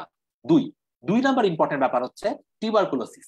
টিউবারকুলোসিস এটা করতে পারে, অবশ্যই করতে পারে। তো দ্বিতীয় ইম্পর্টেন্ট ব্যাপার, মাল্টিপল অপাসিটি থাকলে এটা মিলিয়ারি টিউবারকুলোসিসের জন্য মোর কমনলি হয়। পাশাপাশি আরেকটা কথা এখানে উল্লেখ আছে, এক্সারসাইজ ইনডিউস ডিস্যাচুরেশন। একটা টিবির একটা এইচআইভির পেশেন্টের যদি এক্সারসাইজ করলে অক্সিজেনের মাত্রা কমে যায়, ডিস্যাচুরেশন হয়, তাহলে আমাকে একটাই ডিফারেন্সিয়াল মনে রাখতে হবে, সেটা হচ্ছে নিউমোসিস্টিস জেরোভেসি নিউমোনিয়া। এরকম কিছু কিছু কথাবার্তা আছে যেগুলো আমরা যদি এসবিএল লাইনের মধ্যে খুঁজে পাই, তখন কিন্তু আমাকে ওই অপশনটাকে এক্সেপশনালি ডায়াগনোসিস হিসেবে চিন্তা করতে হবে। ওটাই আমার সফট সিগন্যাল হবে যে আমি ওই অপশনটাকেই আমাকে এক্সক্লুড করার জন্য আপ্রাণ চেষ্টা করতে হবে। যেমন আমরা টিভিতে কিন্তু ক্রিকেট খেলা দেখি, ক্রিকেট খেলাতে যখন একটা ক্যাচ ধরা হয়েছে হয়েছে না, তখন আম্পায়ার একটা সফট সিগন্যাল দেয় যেটা আউট কি আউট না। যদি সফট সিগন্যাল আউট দেয়, তখন আমরা কি করি, তখন থার্ড আম্পায়ারকে করতে হয় যে ওইটা আউট না এটা প্রমাণ করতে বাধ্য হতে হয়। প্রমাণ যদি করতে ব্যর্থ হয় তাহলে ওটাকে আউট হিসেবে গণ্য করে দিতে হবে। তেমনই ব্যাপার এটা, যে এমন কিছু কিছু ল্যাঙ্গুয়েজ আছে, আমরা যখন মেডিসিনে পড়বো এমন কিছু লাইন আছে যে লাইনগুলো কোন একটা স্পেসিফিক ডিসঅর্ডারের জন্য মানে একদম ক্যারেক্টারিস্টিক্স, তাহলে ওই লাইনগুলো যদি থাকে তাহলে ওই ডিসঅর্ডারটা এক্সক্লুড করার জন্য আমার কষ্ট করতে হবে। যদি আমি এক্সক্লুড করতে না পারি, আমি চোখ বন্ধ করে ওটাই অ্যান্সার দিয়ে আসবো। তেমনই একটা কথা হচ্ছে এক্সারসাইজ ইনডিউস ডিস্যাচুরেশন। ঠিক আছে, তো এই জিনিসগুলো আমরা যখন আমরা এসবিএ পড়বো আমরা এই জিনিসগুলো ইনডেপথে শিখবো। এবার আমি চলে আসতেছি ক্লিনিক্যাল টপিকের উপর, ক্লিনিক্যাল বায়োকেমিস্ট্রির উপর। ক্লিনিক্যাল বায়োকেমিস্ট্রির মধ্যে আমাদের পরীক্ষায় খালি কয়েকটা জিনিস এসবিএ তে আসতে পারে অনেক সময়, সেগুলো হচ্ছে হাইপোনাট্রিমিয়া সহ মানে সোডিয়াম বাড়া কমা, পটাশিয়াম বাড়া কমা, অ্যাসিড বেস, আর হচ্ছে অ্যান্টিডায়োটিক হরমোন। এগুলোর common side effect, common mechanism of action, এই কয়টা জিনিস আমাদেরকে একটু বেশি মনে রাখতে হবে এসবি এর জন্য। ঠিক আছে, বাকিগুলো আমরা স্টেপ হিসেবে মনে রাখবো। আচ্ছা, তাহলে একটা ইম্পর্টেন্ট কথা আমি একটু বলি, যে what is not compatible with hypokalaemia with hypertension. আচ্ছা, ক্লাস সেফ থাকবে, কোনো সমস্যা নেই। আচ্ছা, what is not compatible with hyperkalaemia with hypertension. তাহলে দেখেন কোন কোন কন্ডিশনে আছে যেখানে হাইপোক্যালিমিয়ার সাথে হাইপারটেনশন হয়, এটা আমাকে মনে রাখতে হবে। এখানে কিন্তু নট কথাটা আছে, তার মানে নট কথা না থাকলে আমি বুঝতে পারবো যে এখানে একটাই মাত্র অ্যান্সার হবে না। ঠিক আছে, এখন আমরা ইন জেনারেল চিন্তা করে দেখি, হাইপোক্যালিমিয়া উইথ হাইপারটেনশন আমরা এটা নেফ্রোলজিতে শিখবো। যখন আমরা ইয়েতেও আলোচনার মধ্যে আমরা পড়বো যে এই দুটা কাজ করে একটা হরমোন, এই হরমোনটাকে আমরা বলি হচ্ছে অ্যালডোস্টেরন। তাহলে এমন কোন কন্ডিশন যেখানে অ্যালডোস্টেরনটা বেড়ে যায়, সেই সকল কন্ডিশনে এই ঘটনাগুলো ঘটতে পারে। তাহলে অ্যালডোস্টেরন কি কারণে বাড়তে পারে, একটা অ্যাড্রেনাল অ্যাডেনোমা থেকে আসতে পারে। অ্যাড্রেনাল অ্যাডেনোমা থেকে যদি প্রচুর পরিমাণে অ্যালডোস্টেরন তৈরি হয়, তাহলে এই ঘটনাটি ঘটতে পারে, যেটাকে আমরা বলি হচ্ছে কন সিনড্রোম। দ্বিতীয় ইম্পর্টেন্ট ব্যাপার, হয়তো ওখানে কোনো অ্যাডেনোমা নাই, কিন্তু বাইল্যাটারালি অ্যাডেনালটা সাইজে বড় হয়ে গেছে, ওভার সিক্রেশন করছে, এটাকে আমরা বলি বাইল্যাটারাল অ্যাডেনাল হাইপারপ্লাসিয়া। এই সকল ক্ষেত্রে অ্যালডোস্টেরন বাড়তে পারে, তখন হাইপোক্যালিমিয়ার সাথে হাইপারটেনশন হতে পারে। তো এই দুটা কথা মনে রাখতে হবে। 3 নাম্বার ইম্পর্টেন্ট ব্যাপার, এই যে কর্টিসল, কর্টিসল একটা হচ্ছে হরমোন। এই কর্টিসল যে এনজাইমের মাধ্যমে ভাঙে, সেটাকে আমরা বলি হচ্ছে এলিভেন বিটা হাইড্রক্সি স্টেরয়েড। একটা মজার কথা, কর্টিসলকে বেশি সময় কিন্তু আমরা সার্কুলেশনে রাখতে পারি না। কেন রাখতে পারি না, কি অসুবিধা হয়, কারণ কর্টিসল যখনই বেশি সময় ধরে থাকবে, এটা একটা টাইমের পরে কিন্তু অ্যাবনরমালি অ্যালডোস্টেরনকে অ্যাক্টিভেট করতে পারে। সো আমাকে এই কর্টিসলটাকে ইনহিবিট করে দিতে হবে। ইনহিবিট করার কাজ হচ্ছে এলিভেন বিটা হাইড্রক্সি স্টেরয়েড এনজাইমের। তাহলে ওই এনজাইম না থাকলে কর্টিসল বেশি হবে, অ্যালডোস্টেরনকে ওভার অ্যাক্টিভিটি করাবে, ফলে সমস্যা হতে পারে। তেমনই হচ্ছে লিউকোরাইস, এই জিনিসটাও এই এনজাইমকে ইনহিবিট করে আমার হচ্ছে অ্যালডোস্টেরন লেভেলটাকে বাড়িয়ে দিতে পারে। কিন্তু কনজেনিটাল অ্যাড্রেনাল হাইপারপ্লেসিয়া সব টাইপ কিন্তু কখনোই হাইপারটেনশন করে না। তো আমার অ্যান্সার হচ্ছে এখানে সি হবে, কারণ কনজেনিটাল অ্যাড্রেনাল হাইপারপ্লেসিয়ার কয়েকটা টাইপ আছে যেগুলো কখনোই হাইপোক্যালিমিয়া উইথ হাইপারটেনশন করে না। তো এটাই হচ্ছে অ্যান্সার। তো এখানে অল টাইপ এটা দেখে কিন্তু অনেক সময় আমরা ক্লু হিসেবে চিন্তা করতে পারি। এরপর নেফ্রোলজি, নেফ্রোলজির মধ্যে আমরা প্রিডমিনেন্ট এমফাসাইজ দিব কোন কোন টপিকের উপর, সিকেডির উপর। সিকেডির সাথে রিলেটেড যা কিছু আছে প্রত্যেকটা পয়েন্ট গুলোকে আমাদের এসবিএ যে কোনো জায়গা থেকে আসতে পারে। তাহলে সিকেডির মধ্যে কি আছে, একটা গ্লোমেরুলার ডিজিজ আছে, টিউবুলার ডিজিজ আছে, এই দুটো জিনিসকে আমাকে এখান থেকে কিন্তু প্রশ্ন ইনভ্যারিবলি আসে। পাশাপাশি আমরা যে সেকেন্ডারি কজ গুলো আছে যেমন ডায়াবেটিস, এসএলই, যেগুলোতে সিকেডি করতে পারে, এগুলোর ইফেক্ট গুলোকে আমাকে জানতে হবে। পাশাপাশি কিছু অ্যাক্সেসরি টপিক আছে যেমন হচ্ছে টিটিপি, হেমোলাইটিক ইউরেমিক সিনড্রোম, এডি, পিকেডি, তারপর হচ্ছে স্টোন আর প্রোস্ট্যাটিক ডিজিজ, এগুলো আমার জন্য হচ্ছে এখান থেকে অনেক সময় হচ্ছে এসবিএ আসতে পারে। তো আমাকে এগুলোকেও এমফাসাইজ হিসেবে দিতে হবে। কিন্তু আমার এখানে এই যে অ্যানাটমিতে ইনভেস্টিগেশন, তারপর হচ্ছে প্যাপিলারি নেক্রোসিস, এগুলো শুধুমাত্র আমরা কজ গুলো জানার চেষ্টা করব। ঠিক আছে, যেগুলো কজ আছে, যে যে জিনিসের কজ আছে, সেখান থেকে কিন্তু এসবিএ কমন কমন কজ গুলো থেকে এসবিএ আসার চান্সেস অনেক পরিমাণে বেশি থাকে। তারপরে যেমন কিছু কিছু ছোটখাটো লাইন থাকে, যে লাইনগুলো খুবই লুক্রেটিভ, যেমন একটা লাইন আপনার জিএফআর এর ফর্মুলার মধ্যে আছে যে কিছু কিছু ড্রাগ আছে যেমন সিমেটিডিন, যেমন হচ্ছে ট্রাইমিথোপ্রিন, এগুলো ডাইরেক্ট ক্রিয়েটিনিনের সাথে কম্পিট করে ক্রিয়েটিনিনকে বাড়িয়ে দিতে পারে উইদাউট ডেভেলপিং সিকেডি। তো আমাকে এরকম কিছু কিছু কন্ডিশনও মনে রাখতে হবে এই চার্টগুলো থেকে, ডেভিডসনের যেমন হচ্ছে চার্টগুলোতে যেগুলো দেওয়া আছে। আচ্ছা, রেসপিরেটরি সিস্টেম থেকে আমাদের পরীক্ষার প্রশ্ন আসে ইন জেনারেল ডিসঅর্ডার থেকে কমন। ডিসঅর্ডারের মধ্যে কোনটা কোনটা? Asthma, COPD. Asthma, COPD disorder, এখানে এফিভিয়ন বাই এফবিসি রেশিওর কোথায় কি ব্যতিক্রম হতে পারে, প্রত্যেকটা পয়েন্ট আমাদের এখান থেকে এসবি এর জন্য খুব ইম্পর্টেন্ট। পাশাপাশি আমাদের দুইটা জিনিস দিকে গুরুত্ব দিতে হবে, একটা টিবি, 2 নাম্বার নিউমোনিয়া, 3 নাম্বারে ক্যান্সার। এই নিউমোনিয়া, ক্যান্সার আর টিবি এখান থেকে আসতে পারে না এমন কোনো প্রশ্ন নাই। এই তিনটা টপিককে আমরা পরীক্ষার আগে ভালো মতো দেখে যাব। পাশাপাশি আমরা জানবো কয়েকটা অ্যাক্সেসরি টপিক, যেটা হচ্ছে ফাইব্রোসিস, কোন কোন কন্ডিশনে লাংসে ফাইব্রোসিস হয়, কোনটা কোন লোবে ফাইব্রোসিস করে, এই জিনিসগুলো আমাদের বেশি জানতে হবে। এবং ব্রঙ্কিওলটেসিস, সিস্টিক ফাইব্রোসিস, এগুলোর কমনেস্ট অর্গানিজম, এই কয়টা টপিককে আমাকে বেশি ইম্পর্টেন্স দিতে হবে এসবি এর জন্য। তো এই টপিকগুলো আমরা যখন আমরা এসবি পরীক্ষাগুলো দিব তখন এগুলো আমরা ভালো মতো পড়ার চেষ্টা করব। আচ্ছা, এরপর চলে আসছে আমি রিমাটোলজিক্যাল ডিসঅর্ডারে। রিমাটোলজিক্যাল ডিসঅর্ডারের মধ্যে আমাদের প্রথম জানতে হবে জয়েন্ট অ্যাসপিরেশন। জয়েন্ট অ্যাসপিরেশনে কি কি মেথড আছে, কোন কোন কন্ডিশনে জয়েন্ট অ্যাসপিরেশন করে, জয়েন্ট অ্যাসপিরেশন কি কি ফিচার আছে। এখান থেকে আমাদের বেলায় এবং আমাদের পরের সেশন টানা 2 সেশনে কিন্তু এসবি আসছিল। এর পাশাপাশি ব্যাক পেন আমরা ভালো মতো শেখার চেষ্টা করব, এবং হচ্ছে জয়েন্ট ডিসঅর্ডারের মধ্যে কমন যেগুলো আছে আরএ, এসএলই, ভাস্কুলাইটিস, এগুলো বিষয়গুলো টপিকগুলো থেকে বাদ দেওয়া যাবে না। বিশেষ করে আরএ, এসএলই আর স্পন্ডাইলো আর্থ্রোপ্যাথি, ভাস্কুলাইটিসের কমন কমন এটিওলজি গুলো শিখবো এবং কমন কমন ফিচার গুলো শিখবো। আর অস্টিওপোরোসিসের খুবই কমন ম্যানেজমেন্ট গুলো আমরা শেখার চেষ্টা করব। অনেক সময় কিন্তু এমসিটিডি থেকে বা পলিমায়োসাইটিস থেকে কিন্তু প্রশ্ন আসতে পারে, এই টপিক গুলো আমরা একটু দেখে নিব। আচ্ছা, এবার এগুলো হচ্ছে মেন টপিক। অ্যাক্সেসরি টপিকের মধ্যে আমরা কোনটা শিখবো? ইমিউনোলজি থেকে শিখবো। ইমিউনোলজি থেকে 1-2টা এসপি আসতে পারে। পরীক্ষার আগের সময় আমরা জেনে যাব ভালো মতো অ্যানাফাইল্যাক্সিস, অ্যানজিওইডিমা আর কিছু বেসিক নলেজ অফ ইমিউনোলজি, মানে কোনটা কোনটা অ্যান্টিজেন প্রেজেন্টিং সেল, কোন সাইটোকাইন কি করে, এখান থেকে কিন্তু পরীক্ষায় প্রশ্ন আসবে। এই টপিকগুলো আমরা ভালো মতো জানার চেষ্টা করব। পাশাপাশি ইমিউনোডেফিসিয়েন্সির কারণগুলো আমরা পরীক্ষার জন্য, কোনটা বি সেল, কোনটা টি সেল ডিসঅর্ডার, এই জিনিসগুলো যাতে এসবিএ তে আসলে আমরা ভুল না করতে পারি। ঠিক আছে, একটা লাস্ট প্রশ্ন দিয়ে আমি শেষ করব। একটা হাইপারটেনসিভ পেশেন্ট দেখেন লিপ এবং ফেসে সোয়েলিং নিয়ে আসছে।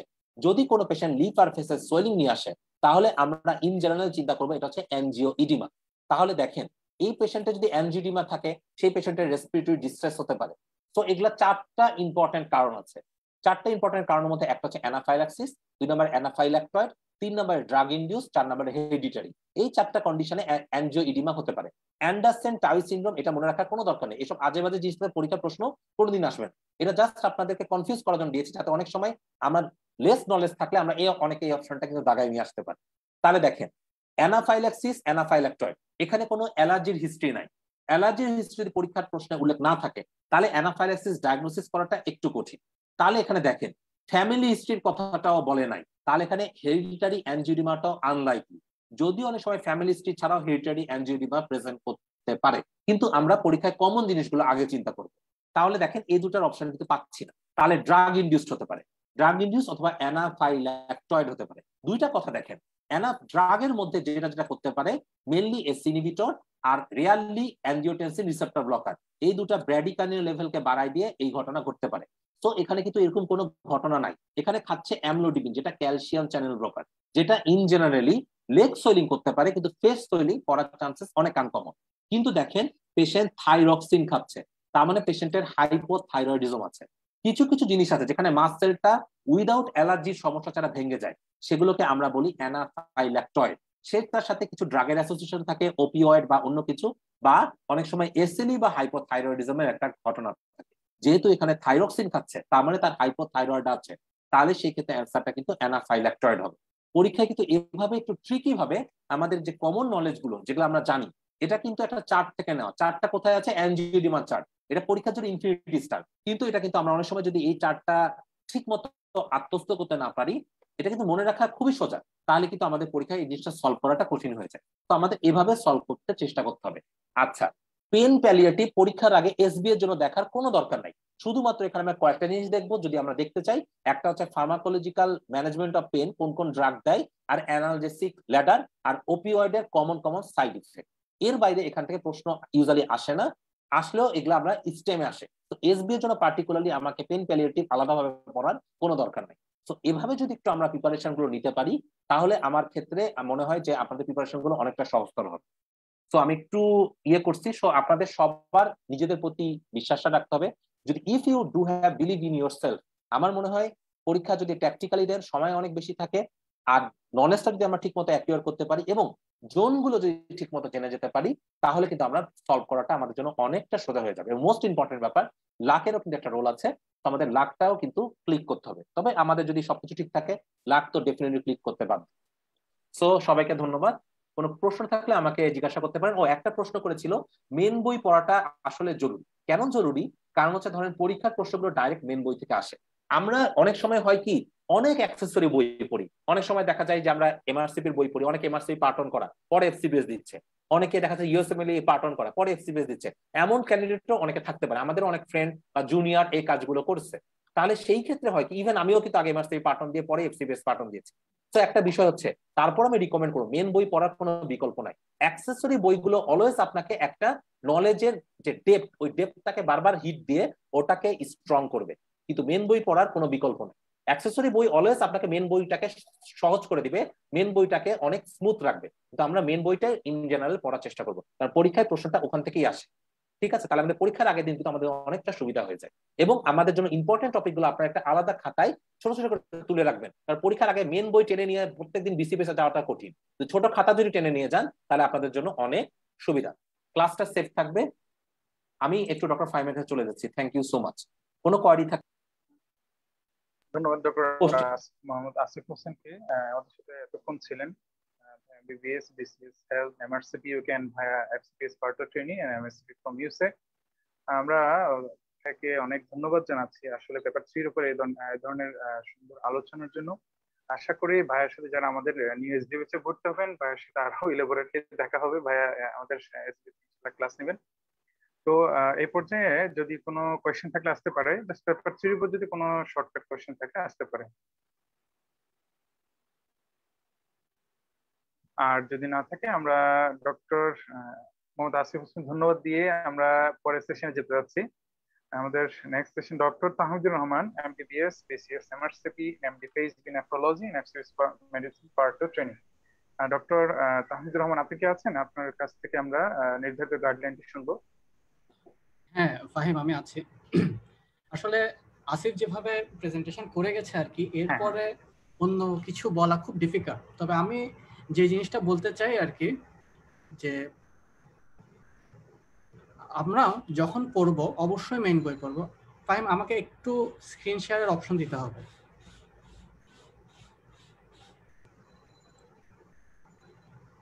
ফাহিম, একটু স্ক্রিন শেয়ারের অপশন করে ভাই।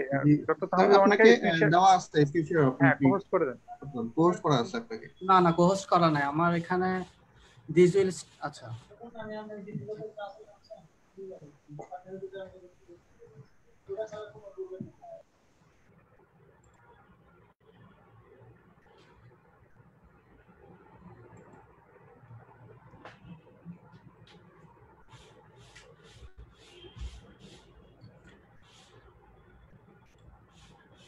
আচ্ছা।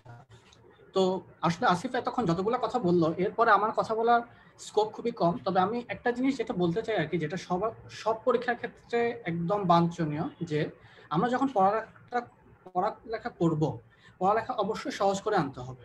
বই অনেক কথা লিখে আছে, ওই অনেক কথাগুলোর মধ্যে কোনটা ইম্পর্টেন্ট এটা আমাদেরকে বের করে আনতে হবে।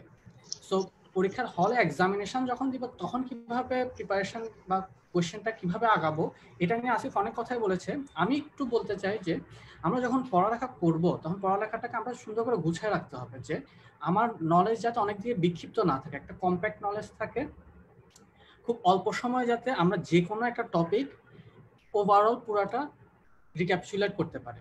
তো আমি দুইটা কোশ্চেন নিয়ে জাস্ট আলোচনা করব এই আমার সেশনে। তো ওই শেষ কোশ্চেনগুলো আলোচনা করলে আপনারা বুঝতে পারবেন যে আসলে পড়তে হয় কিভাবে। তো ফার্স্ট অফ অল আমি ওভারঅল পেপার 1 নিয়ে আলোচনা করব। পেপার 1 এ আচ্ছা, কোশ্চেন আনসারগুলো আমরা একটু পরে আসতেছি। পেপার 1 আসলে সিলেবাসটা কি কি আছে আমরা একটু দেখি। পেপার 1 এ মেইন টপিক যেটা সেটা হলো যে নিউরোলজি, অলমোস্ট 15টা কোশ্চেন আসবে, এবং গ্যাস্ট্রোএন্টারোলজি, হেপাটোলজি, এই দুইটা মিলে 15টা কোশ্চেন। তো এই দুইটা টপিক যদি আমরা কভার করতে পারি আমাদের 50টা কোশ্চেনের মধ্যে 30টা কোশ্চেনই চলে আসবে। লাস্ট টাইম পেপার 1 খুবই কঠিন করা হয়েছিল। মোস্ট অফ দ্য টপিকস আসছিল নিউরোলজি থেকে, গ্যাস্ট্রোহেপাটোলজি থেকে যে কোশ্চেনগুলো আসছিল ওই কোশ্চেনগুলো অ্যাকচুয়ালি মাল্টি সিস্টেম মিলায় কোশ্চেনগুলো হচ্ছিল, যার কারণে কোশ্চেনগুলো আনসার করা খুব ডিফিকাল্ট হয়ে গিয়েছিল। তো এফসিপিএস এ এই জিনিসটা হয় যে আপনাকে যখন কোশ্চেন করবে তখন দেখা যাবে যে মাল্টি সিস্টেমের একটা কোশ্চেন দিয়ে দিল, শুধুমাত্র ওটা গ্যাস্ট্রোএন্টারোলজি বা হেপাটোলজি ডাইরেক্টেড নাও থাকতে পারে। মাল্টি সিস্টেম কোশ্চেনগুলো থেকে এই কারণে আমাদের একটু সতর্ক থাকতে হবে। যখন কোশ্চেনগুলো আসে এগুলো বারবার প্র্যাকটিস করতে হবে, যখন কোশ্চেনগুলো আসে তখন যাতে আমরা এগুলো আনসার করতে পারি। নেক্সট আসতেছে হেমাটোলজি। হেমাটোলজি থেকে 8টা কোশ্চেন হয়। জেনারেল এক্সপেক্টস অফ মেডিসিন থেকে 5টা কোশ্চেন হয়, অনেক কোশ্চেন। আমরা যখন পড়বো আমরা usually general expects of medical practice এই জিনিসগুলো থেকে পড়ালেখা কম করতে চাই। এগুলো আমাদের বোরিং চ্যাপ্টার, এগুলো থেকে পরীক্ষার কোশ্চেন আসে না মনে হয়, এগুলো থেকে পড়ালেখা কম করতে চাই, কিন্তু এই জিনিসটা একেবারেই করা যাবে না। এখান থেকে প্রচুর কোশ্চেন আসে, 5টা কোশ্চেন অনেক কোশ্চেন। জেনেটিক্স থেকে 5টা কোশ্চেন আসবে, এরপরে oncology, environmental factor of disease, এগুলো থেকে 1টা থেকে 2টা কোশ্চেন আসে। এই টপিকসগুলো আমরা নর্মালি পড়বো পরীক্ষার আগে, এগুলো আমরা খুব বেশি পড়বো না, অত মুখস্থ করারও দরকার নাই। তো এখন এটা হলো যে ওভারঅল সিলেবাস। আমি 2টা কোশ্চেন দিব, 2টা কোশ্চেন দেখে আমাদের আইডিয়া হয়ে যাবে আসলে আমরা পড়বো কিভাবে। যখন আমরা পড়তে যাব তখন আমরা পড়াটাকে গুছাবো কিভাবে। তো ফার্স্ট অফ অল একটা কোশ্চেন দেখা যাচ্ছে যে a 45-year-old patient came to you with rapidly developing tremor of his both hand, rigidity of his body, cognitive impairment, slow movement. এগুলো কিন্তু পরীক্ষার question. During history taking he also found that he usually sees abnormal things that is not there. What might be the diagnosis of this patient? তাহলে overall প্রথমে তো আমাদের একটা জিনিস মাথায় আসতে হবে যে এখানে ট্রেমর, রিজিডিটি, ব্র্যাডিকাইনেশিয়া মানে স্লো মুভমেন্ট, এই 3টা জিনিস দিয়ে আমাদের ফার্স্ট অফ অল একটা জিনিস মাথায় আসবে যে এটা might be Parkinson's disease.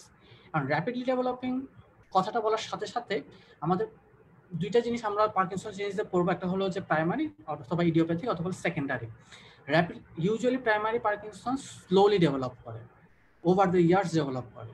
Rapidly যখন চলে আসছে তখন আমাদেরকে মাথায় রাখতে হবে যে এটা সেকেন্ডারি, মানে পার্কিনসন্স প্লাসের দিকে চলে আসবে, পার্কিনসন্স প্লাস ডিজিজ সিনড্রোম হয়তো বা।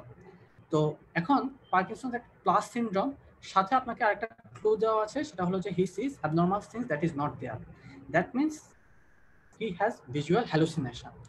তাহলে একটা Parkinson's plus disease that is associated with visual hallucination কোনটা? এটা ইউজুয়ালি লিওয়ে বডি ডিমেনশিয়া। এখন জিনিসগুলো পার্কিনসন প্লাস সিনড্রোম কঠিন, ইডিওপ্যাথিক পার্কিনসন সিনড্রোমও কঠিন। তো দেখেন পার্কিনসন প্লাস সিনড্রোম যখন আমরা পড়বো তখন আমরা 5টা পার্কিনসন প্লাস সিনড্রোম আছে, পার্কিনসন প্লাস সিনড্রোমগুলোকে আমরা সুন্দর করে একটা স্পেসিফিক জায়গায় নিয়ে আসবো, যে একটা স্পেসিফিক পয়েন্ট, এই জিনিসটা দেখে আমি বের করে আনবো যে ইয়েস পার্কিনসন প্লাস সিনড্রোম ওইটা। যেমন মনে করেন প্রোগ্রেসিভ সুপ্রানিউক্লিয়ার পালসির একটা পেশেন্ট, পার্কিনসন্স সাথে যদি পেশেন্টের ভার্টিক্যাল গেজ পালসি থাকে, ভার্টিক্যাল গেজ পালসি আমরা কিভাবে বুঝবো? পেশেন্ট সিঁড়ি দিয়ে ওঠানামা করতে পারে না, ভার্টিক্যাল গেজে তার সমস্যা হয়, রিডিং করতে পারে না। এই ধরনের সমস্যা নিয়ে যদি আসে একটা পার্কিনসন্সের পেশেন্ট, তখন আমাদের ডায়াগনোসিস চলে আসবে যে it is Parkinson progressive supranuclear palsy. এখন সাথে অনেক কথা থাকবে, পার্কিনসন্সের অনেক ফিচার থাকবে, ওগুলো আমরা এক জায়গায় রাখবো, সাথে আমরা একটা স্পেসিফিক পয়েন্টটা থাকবে যে একটা ভার্টিক্যাল গেজ পালসি আছে। তাহলে যদি তাই থাকে তাহলে আমাদের ডায়াগনোসিস চলে যাবে প্রোগ্রেসিভ সুপ্রানিউক্লিয়ার পালসি। নেক্সট আরেকটা পার্কিনসন প্লাস সিনড্রোম মাল্টিসিস্টেম অ্যাট্রফি। এই মাল্টিসিস্টেম অ্যাট্রফির সাথে ইনকন্টিনেন্স এন্ড ইম্পর্টেন্স, এই 2টা জিনিস থাকে। তাহলে এই 2টা জিনিসের সাথে যদি একটা পেশেন্ট পার্কিনসন সিনড্রোম নিয়ে ফিচার নিয়ে আসে তখন আমাদের ডায়াগনোসিস চলে যাবে এমএসএ বা মাল্টিসিস্টেম অ্যাট্রফি। লিও বডি ডিমেনশিয়ার সাথে অ্যাসোসিয়েটেড থাকে ভিজুয়াল হ্যালুসিনেশন। মানে এই জিনিসগুলো পরীক্ষার হলে আপনার কাছ থেকে যদি কোশ্চেন আনসার চায় ডেফিনেটলি আপনাকে এই ক্লুটা দিতে হবেই। এই ক্লু না দিলে কিন্তু আপনি পরীক্ষা হলে ডায়াগনোসিস করা খুব ডিফিকাল্ট হয়ে যায়, এই ক্লু আপনাকে দিবেই অবভিয়াসলি। তাহলে ভিজুয়াল হ্যালুসিনেশন আমাদের প্রিভিয়াস কোশ্চেন আমরা যে জিনিসটা দেখলাম যে patient sees thing that is not there, that means he has hallucination, and যেহেতু সিজ থিংস আমি এটা ভিজুয়াল হ্যালুসিনেশন। তো নেক্সট আমাদের পার্কিনসন প্লাস সিনড্রোম আছে কর্টিকোবেজাল ডিজেনারেশন, সেখানে interacting activity of affected limb, মানে হলো যে একটা লিম্ব কমপ্লিটলি অটোনোমাস হয়ে যায়, এটা নর্মাল ব্রেনের ফাংশনের বাইরে চলে যায়, এটা নর্মাল অ্যাক্টিভিটির সাথে ইন্টারেক্ট করে। তাহলে এই ধরনের যদি কোনো ফিচার আসে তাহলে ওটাকে আমরা ডায়াগনোসিস করবো কর্টিকোবেজাল ডিজেনারেশন।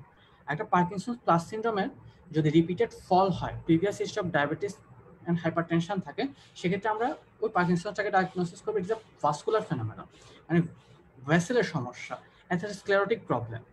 তো দেখেন একটা নেমোনিক দিয়ে, ভিভিড নেমোনিক দিয়ে আপনি কিন্তু পার্কিনসন প্লাস সিনড্রোম এত কঠিন একটা জিনিস, বইয়ে অনেক কথা লেখা আছে, এত কঠিন একটা জিনিসকে খুব সুন্দর একটা বক্সের মধ্যে পিন পয়েন্ট করে ফেললাম। এবং পরীক্ষার হলে আপনাকে এই 5টা যদি ডায়াগনোসিস দিতে চায়, আপনাকে এই 5টা জিনিসকে অবশ্যই দিবে। আপনাকে প্রোগ্রেসিভ সুপ্রানিউক্লিয়ার পালসে যদি ডায়াগনোসিস দিতে চায়, অবশ্যই আপনাকে ভার্টিকাল গেজ পালসের ক্লু দিবেই, এতে কোনো সন্দেহ নাই। তাহলে পড়ালেখাটাকে সহজ করে আনতে হবে। যে কোনো একটা জিনিস যদি থাকে আমাদের স্পেসিফিক ওই ডায়াগনোসিসে চলে যাব আমরা। তাহলে দেখেন আমরা যদি জানি যে ভার্টিকাল গেজ পালসে লিওবার্ড ডিমেনশিয়াতে হয়, তাহলে এই কোশ্চেন ASB এর আনসার পাওয়া কিন্তু খুবই ইজি, এবং ASB এটা স্পেসিফিক আমি যেবার FCPS পার্ট 1 পাস করেছি সেবার আসছিল। তাহলে ওই ক্লুটা যদি আমি জানি, পারা ভেরি ইজি, যদি না জানি তাহলে পারা কিন্তু খুব কঠিন। তো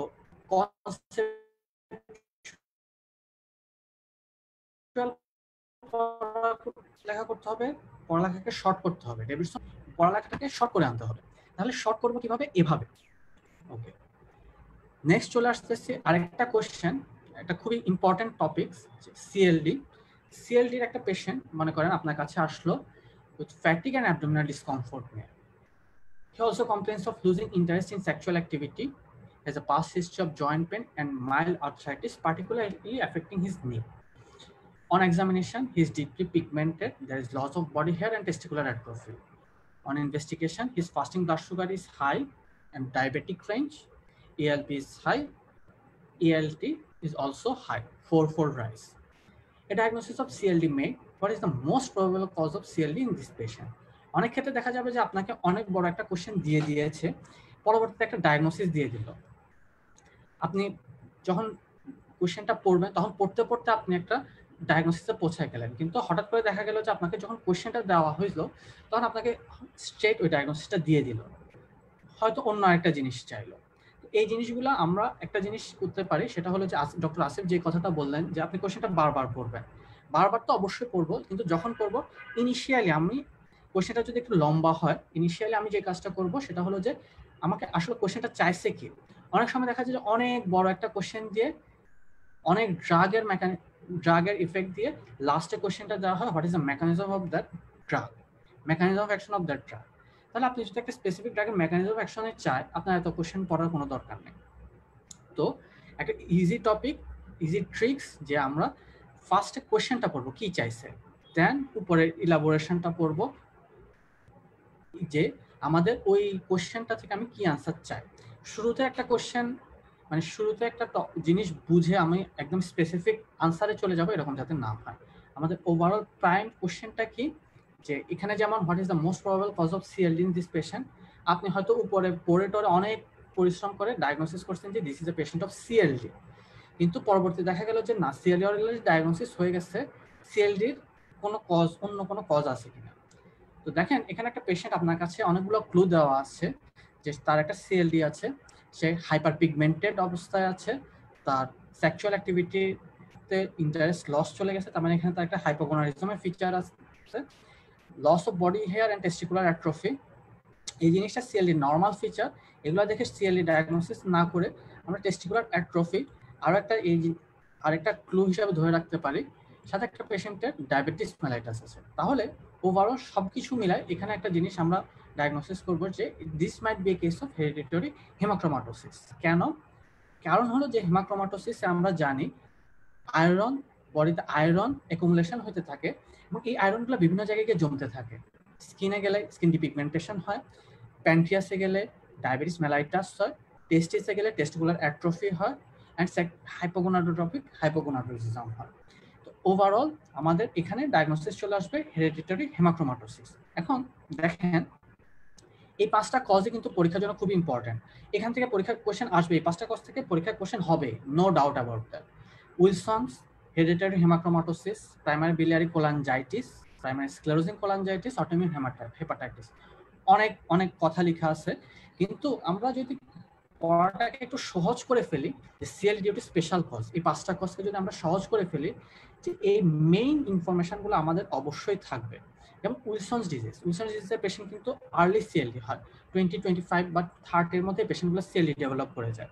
কেন? পেশেন্টের অ্যাবনর্মাল কোপাল ডিপোজিশন হয় অ্যাট দ্য লিভার, এবং এটা সিন্স বার্থ শুরু হতে থাকে, যার কারণে পেশেন্টের সিএলডি আর্লি শুরু হয়। আচ্ছা, সাথে পেশেন্টের অবশ্যই নিউরোলজিক্যাল ফিচার থাকবে, লাইক পার্কিনসনিজম কি? পেশেন্টের ট্রেমর থাকবে অথবা রিজিডিটি থাকবে। আচ্ছা, পেশেন্টের একটা উইলসনসের ক্লাসিক্যাল প্রেজেন্টেশন থাকে KF ring, Kayser Fleischer ring in the cornea. তাহলে ওই একটা আরেকটা স্পেসিফিক প্রেজেন্টেশন, এটা ইউজুয়ালি পরীক্ষা দেয় না, কারণ হলো যে ওটা যদি দেয় তাহলে আপনার কোশ্চেনটা বেশি সহজ হয়ে যায়, এত সহজ কোশ্চেন হয় না। যাই হোক, উইলসনের কেএফ রিং থাকে, আমরা সবাই জানি। তো এখন একটা পেশেন্টের আর্লি সিএলডি সাথে যদি নিউরোলজিক্যাল ফিচার থাকে, তাহলে অবশ্যই আমার মাথায় ডায়াগনোসিস আসতে হবে it might be case of Wilson's. একটা পেশেন্ট ট্রেমর নিয়ে আসছে, আর্লি সিএলডি, ভেরি আনলাইকলি যে এই পেশেন্টের CLD due to other cause with hepatoencephalopathy হয়েছে, very unlikely. Early CLD, neurological feature, আমাদের ফার্স্ট ডায়াগনোসিস আসতে হবে উইলসন। সাথে যদি কেএফ রিং দিয়ে দেয় তাহলে তো ডায়াগনোসিস আরো সহজ হয়ে যায়। হেরিডিটারি হেমাক্রোমাটোসিস, এটাতে ইউজুয়ালি আর্লি সিএলডি হয়, বাট অ্যারাউন্ড 40-45 ইয়ার্স অফ এজে। সেক্ষেত্রে আমরা কার্ডিওমায়োপ্যাথি পাই, কারণ আয়রন হার্টে গিয়ে জমা হয়, স্কিনে গেলে স্কিন ডিপিগমেন্টেশন হয়, arthropathy, diabetes mellitus, hypogonadotropic hypogonadism হয়। এখানে হেমাক্রোমাটোসিস থেকে আরেকটা খুব ইম্পর্টেন্ট কোশ্চেন আসে যে এগুলোর মধ্যে কোনগুলো রিভার্সিবল, কোনগুলো ইরিভার্সিবল। প্রথম দুইটা কার্ডিওমায়োপ্যাথি অ্যান্ড স্কিন পিগমেন্টেশন, এগুলো রিভার্সিবল। বাকিগুলো arthropathy, diabetes mellitus, CLD and hypogonadotropic hypogonadism, এই জিনিসগুলো ইরিভার্সিবল। তো পরীক্ষায় এই ধরনের এসবিও আসতে পারে। তো দেখেন, এত হেরিডিটারি হেমাক্রোমাটোসিসের এত জিনিস মুখস্থ না রেখে আমার প্রাইম কি জিনিসগুলো মাথায় রাখতে হবে, যেখানে আয়রন ডিপোজিশন হয় অ্যাবনর্মালি, এখানে আয়রন ডিপোজিশনগুলো বিভিন্ন জায়গায় গিয়ে হয়। এই যে arthropathy, it is a type of pseudo gout, iron ডিপোজিশনের কারণে হচ্ছে। এই ইনফরমেশনগুলো যদি আমরা মাথায় রাখতে পারি, দেখেন আপনার কিন্তু পড়ালেখা করা অনেক সহজ হয়ে গেল। অনেক বড় হেমাক্রোমাটোসিসের 2 পেজ পাইবে পড়ালেখাচ্ছে, এই ইনফরমেশনগুলো সবকিছু ইনফরমেশন মাথায় না রেখে এই ইনফরমেশনগুলো, এই প্রাইম ইনফরমেশনগুলো মাথায় রাখলে আপনি অবশ্যই পরীক্ষা হলে গিয়ে ওটা আনসার করতে পারবেন। আমাদের পরীক্ষার প্যাটার্নটা হবে, পড়ার প্যাটার্নটা হবে যে আমরা সব তো ইনিশিয়ালি পড়বো, ওইখান থেকে প্রাইম ইনফরমেশনগুলো বের করে আনতে হবে, এবং এই ইনফরমেশনগুলো বের করে আনতে আমরা আপনাদেরকে সহায়তা করব। আর পরীক্ষার হলে গিয়ে কিভাবে কোশ্চেনের আনসার করবেন, এটা নিয়ে আমার ধারণা আসিফ ইন ডিটেলস অনেক বলে ফেলেছে, আমি আর ওইদিকে যাব না। আচ্ছা, নেক্সট চলে আসছে যে প্রাইমারি বিলিয়ারি কোলাঞ্জাইটিস। এখানে দেখা যায় যে একটা পেশেন্ট ফার্স্টে নিয়ে আসে প্লুরাইটাস নিয়ে, জন্ডিস ডেভেলপ করে অনেক পরে, যদি একটা cholestatic issue. Primary biliary cholangitis একটা কোলেস্ট্যাটিক টাইপ অফ জন্ডিস হয়, কিন্তু জন্ডিসটা হয় অনেক পরে।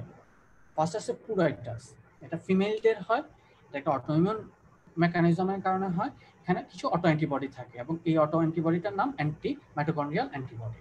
এই জিনিসগুলো আমরা পাবো। তো আপনাকে যদি পরীক্ষার হলে আপনাকে প্রাইমারি বিলিয়ারি কোলাঞ্জাইটিস ডায়াগনোসিস আনতে চায়, তাহলে অবশ্যই আপনাকে এই ক্লুগুলো দেওয়া হবে যে patient has প্লুরাইটাস for 3 to 4 years, then develop jaundice, she is a 30 years old female, and there is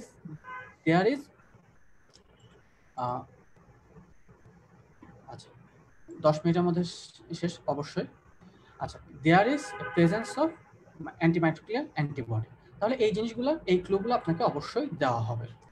primary sclerosing cholangitis আপনার স্পেসিফিক কিছু ক্লু থাকবে, and this is the most specific clue. যেটা পেশেন্ট আলসারেটিভ কোলাইটিসের patient আপনার কাছে CLD নিয়ে আসছে, তাহলে অবশ্যই আমাদের ডায়াগনোসিস মাথায় রাখতে হবে যে this might be case of primary sclerosing cholangitis. Autoimmune হেপাটাইটিসের নামের মধ্যেই লেখা আছে অটোইমিউন, তার মানে এই পেশেন্টগুলোর হেপাটাইটিসের সাথে কিছু অটোইমিউন ডিজিজ থাকবে, like thyroid disease, like Hashimoto's, like Graves, এই টাইপের অটোইমিউন ডিজিজগুলো থাকবে। এবং এখানে যেহেতু অটোইমিউন ডিজিজ কিছু অটো অ্যান্টিবডি থাকবে, like anti ENA, anti SMA, smooth muscle antibody, anti liver kidney muscle antibody, anti soluble liver antigen antibody. এই জিনিসগুলো আমাদেরকে পরীক্ষার অবশ্যই ক্লু দেওয়া হবে। এগুলো যদি না থাকে তখন আমাদের ডায়াগনোসিস কিন্তু অন্যদিকে চলে যাবে। তো এভাবে আমরা অ্যাকচুয়ালি মেইন ক্লুগুলা শিখতে হবে, এগুলো বুঝতে হবে এবং পরীক্ষার হলে এগুলো মনে রাখতে হবে। তো দেখেন, আমি ওভারঅল মানে mainly clinical medicine, clinical decision making, এই জিনিসগুলো থেকে ইম্পর্টেন্ট টপিকস যেগুলো, এই জিনিসগুলো নিয়ে আমরা একটু আলোচনা করি। যেমন বিভিন্ন নর্মাল ভ্যালু আছে, এগুলা এখান থেকে যেহেতু 10টা মানে ক্লিনিক্যাল ডিসিশন মেকিং থেকে 5টা, জেনেটিক্স থেকে 5টা, 10টা অ্যাজ কোয়েশ্চেন আসবে। এখান থেকে মেইনলি ট্রু ফলসগুলো আসবে।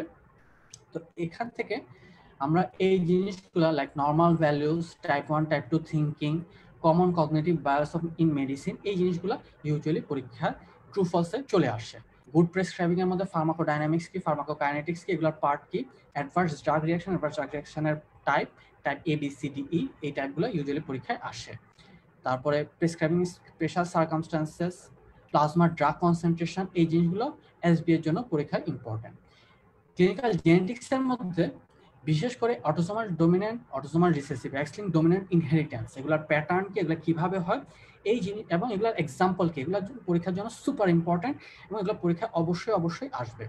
তারপরে টেবিল 3.8, 3.11, এগুলোতে ইউজুয়ালি ট্রাইনিউক্লিয়াইড রিপিট ডিসঅর্ডারগুলো আছে, এই জিনিসগুলো পরীক্ষার কমন কোয়েশ্চেন। এনভায়রনমেন্টাল মেডিসিন থেকে এসবি এর কোয়েশ্চেন রিলেটিভলি কম আসে, সেক্ষেত্রে আমরা কিছু জিনিস পড়ে রাখবো, তাও হাইপোথার্মিয়া বা হেড রিলেটেড ইলনেস, ড্রাউনিং, এই জিনিসগুলো আমরা একটু এসবি এর জন্য পড়ে রাখতে পারি, বাট লেস ইম্পর্টেন্ট। জিআইটি থেকে যে কোয়েশ্চেনগুলো আসে, অ্যানাটমি ফিজিওলজি থেকে ইউজুয়ালি আমাদের ট্রু ফলসগুলো আসে। আপার জিআই ব্লিডিং, জার্ট, H pylori indication, H pylori eradication থেরাপির ইন্ডিকেশন, এই টপিকগুলো থেকে একদম ইনভ্যারিয়েবলি পরীক্ষায় এসবি এর কোয়েশ্চেন আসে। এইচ পাইলোরি ইরাডিকেশন থেরাপি এবং কিছু স্পেসিফিক কন্ডিশন আছে লাইক আয়রন ডেফিসিয়েন্সি অ্যানিমিয়া, এই জিনিসগুলোতে কেন এইচ পাইলোরি আমরা ইরাডিকেশন থেরাপি দিয়ে থাকি। তারপরে আইবিডি থেকে পরীক্ষা অবশ্যই একটা আমাদের এসবি আসবে, এতে কোনো সন্দেহই নাই, একদম অবশ্যই আসবে আইবিডি থেকে। ক্রনস অথবা ইউসি, এগুলার ডিফারেন্সিয়েটিং পয়েন্ট এখান থেকে অবশ্যই একটা এসবি আসবে। জোলিঞ্জার অ্যালিসন, এগুলা সিনারিও দেওয়া হয় ইউজুয়ালি এই ধরনের টপিকগুলো থেকে। সিলিয়াক ডিজিজ, ডার্মাটাইটিস, হার্পেটিক ফর্মিস, এগুলো থেকেও এসবি মাঝে মধ্যে আসতে পারে। তারপরে অ্যাকিউট প্যানক্রিয়াটাইটিস, ক্রনিক প্যানক্রিয়াটাইটিস, একদম ইনভেরিয়েবলি এই টপিকগুলো থেকে পরীক্ষায় এসবি আসে। গাট হরমোনের কোনটা কোত্থেকে সিক্রেশন হয়, কোনটার কাজ কি, অবশ্যই আমাদেরকে পড়া লাগবে। এটা থেকে ট্রু ফলস এসবি এর দুইটা আসারই সম্ভাবনা খুব বেশি, যে কোনো একটা আসবে, দুইভাবেই আসার সম্ভাবনা খুবই বেশি। হেপাটোলজি থেকে এই যে বিশেষ করে এসবি এর জন্য লিভার সিরোসিস, এনকেফালোপ্যাথি, লিভার এনজাইমগুলোর function. Hepatitis B virus, infinity star, এখান থেকে অলিয়ারি কোলাঞ্জাইটিস, প্রাইমারি স্ক্লেরোসিস কোলাঞ্জাইটিস, এগুলো থেকে মানে CLD due to special cause, ওই স্পেশাল কজগুলো থেকে ইউজুয়ালি এসবিএ আসে। উইলসন হেমাক্রোমাটোসিস এই স্পেশাল কজের মধ্যে একটা চলে আসে। NFLD, portal hypertension, another very important cause of SBA, এখান থেকে ট্রু ফলস আসার সম্ভাবনা আছে। আচ্ছা, ড্রাগস অ্যান্ড লিভার ডিজিজ, কোন ড্রাগসটা কোন জায়গায় কি ধরনের লিভার ডিজিজ করে, এই বক্স ডেভিডসনে আছে, এগুলো আমরা খুব ভালো মতো মুখস্থ রাখবো। বার্ড-কিয়ারি সিনড্রোম থেকে ইউজুয়ালি মাঝে মধ্যে দেখা যায় যে এসবি আছে, এখানে যে টপিকগুলো দেওয়া আছে এগুলো সবগুলো ইম্পর্টেন্ট, এগুলো থেকে স্পেসিফিক কোনটা এসবি কোনটা ট্রু ফলসের জন্য আমি জাস্ট ওইগুলো ডিফারেন্সিয়েটিং করে যাচ্ছি। হেমাটোলজির ফাংশনাল অ্যানাটমি এন্ড ফিজিওলজি, এগুলো থেকে ইউজুয়ালি ট্রু ফলস কোশ্চেনগুলো আসে।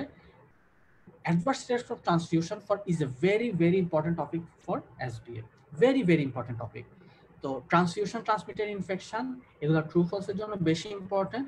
দেয়ার might be a chance that which infection does not transmitted through transfusion, এভাবে একটা হয়তো এসবিএ দিতে পারে। হেপারিন, ওয়ারফেরিন, এগুলো ফার্মাকোলজি থেকে ইউজুয়ালি কোশ্চেনগুলো হয় রেগুলার ফার্মাকোলজিটা কি, দুইটার মধ্যে ডিফারেন্সিয়েটিং পয়েন্টগুলো দিয়ে ট্রু ফলসের কোশ্চেনগুলো হয়। Iron deficiency anaemia, megaloblastic anaemia. Megaloblastic অ্যানিমিয়ার মধ্যে ভিটামিন বি12 ডেফিসিয়েন্সি অ্যানিমিয়াটা, এগুলো এসবি এর জন্য একদম cream question. Iron deficiency anaemia and vitamin বি12 ডেফিসিয়েন্সি অ্যানিমিয়া এসবি এর জন্য একদম প্রাইম টপিক। এই দুটা অবশ্যই পড়া লাগবে। অটোইমিউন হেমোলাইটিক অ্যানিমিয়া থেকেও মাঝে মধ্যে কোশ্চেন চলে আসে। থ্যালাসেমিয়া থেকে অবশ্যই কোশ্চেন আসবে, সেটা মোস্ট কমনলি এসবিএ থেকে আসতে পারে, লেস কমনলি ট্রু ফলস থেকে ট্রু ফলস দিয়ে কোশ্চেনটা আসতে পারে, বাট এসবিএ থেকে আসার সম্ভাবনা বেশি। ওকে, next DIC TTP.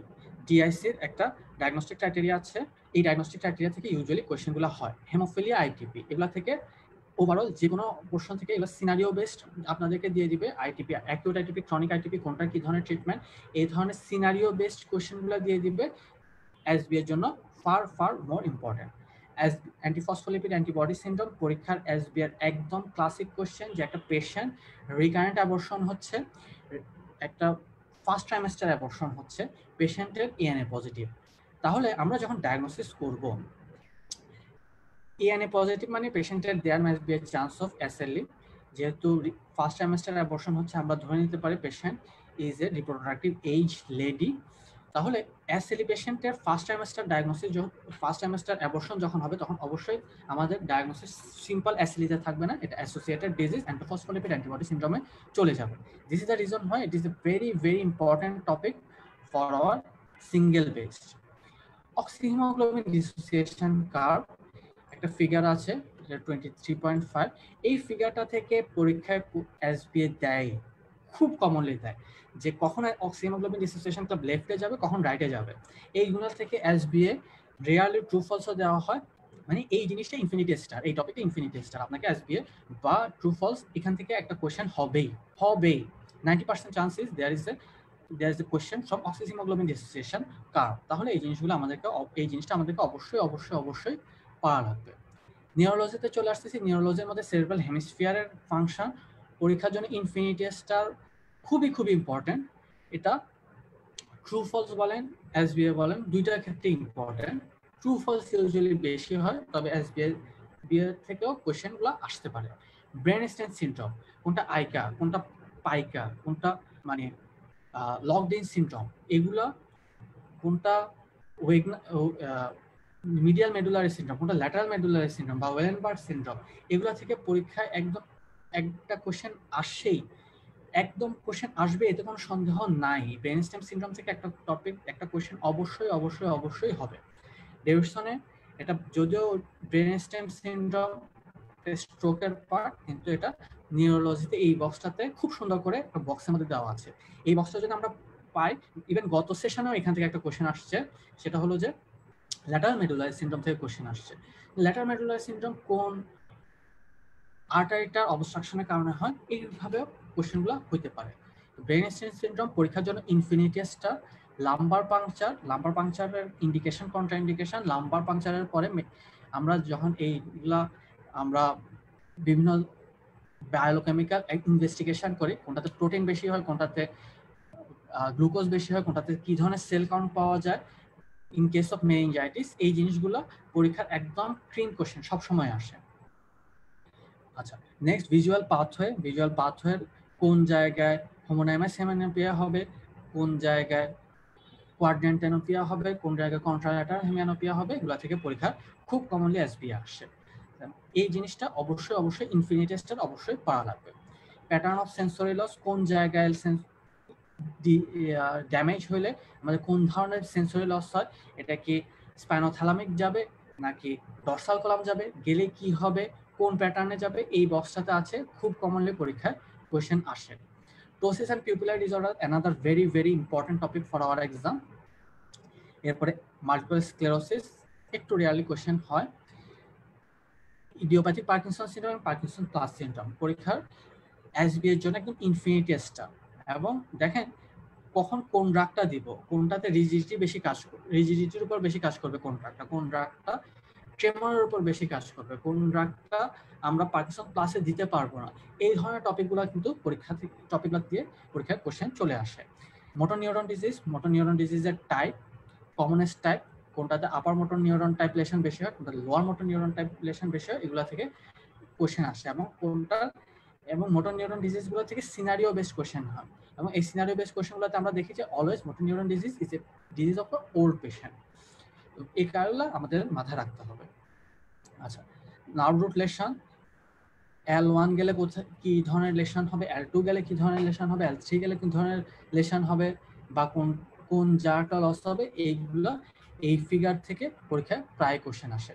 GBS, MG, GBS and মাইস্টেনিয়া গ্রাভিস, এগুলো সিনারিও বেসড কোশ্চেন। কোনটা আপার মোটর নিউরন লেশন, কোনটা লোয়ার মোটর নিউরন লেশন, কোনটা মাসেলের লেশন, এই জিনিসগুলো আমাদেরকে আলাদা আলাদা করে ভাগ করে আলাদা আলাদা করে পড়তে হবে, এবং কোনটাতে কি ধরনের লেশন হলে কি ধরনের ফাইন্ডিং পাবো, এগুলো সেখানে আমাদের খুব ভালো একটা আইডিয়া রাখতে হবে। আচ্ছা, ফিগারের মধ্যে স্ট্রোকের চলে আসতেছি। Arterial circulation of brain, anterior cerebral artery কোথায় সার্কুলেশন দেয়, মিডল পোস্টেরিয়র কোথায় সাপ্লাই দেয়, এবং সার্কেল অফ উইলিস কোথায় সাপ্লাই দেয়, আইকা কোত্থেকে বের হয়, পাইকা মানে posterior inferior cerebral artery, anterior inferior cerebral artery, এগুলো কোত্থেকে বের হয়, এই জিনিসগুলো, এই সার্কুলেশনটা এখানে দেওয়া আছে। ইনফিনিটি স্টার, এখান থেকে অবশ্যই এসবিএ থেকে কোশ্চেন আসবে। সাবআরাকনয়েড হেমোরেজের কজ পরীক্ষার খুব ইম্পর্টেন্ট টপিক। সেরেব্রাল ইনফাকশনের মধ্যে আর্লি ইয়াং স্ট্রোকের একটা বক্স দেওয়া আছে, এই বক্সটা আমাদেরকে খুবই খুবই খুবই ইম্পর্টেন্টলি পড়তে হবে। অনকোলজি থেকে দেখেন, অনকোলজি থেকে ইউজুয়ালি এটা যখন কোশ্চেনগুলো করা হয় তখন দেখা যায় যে এগুলো মাল্টি সিস্টেম কোশ্চেনের মতো মনে হয়।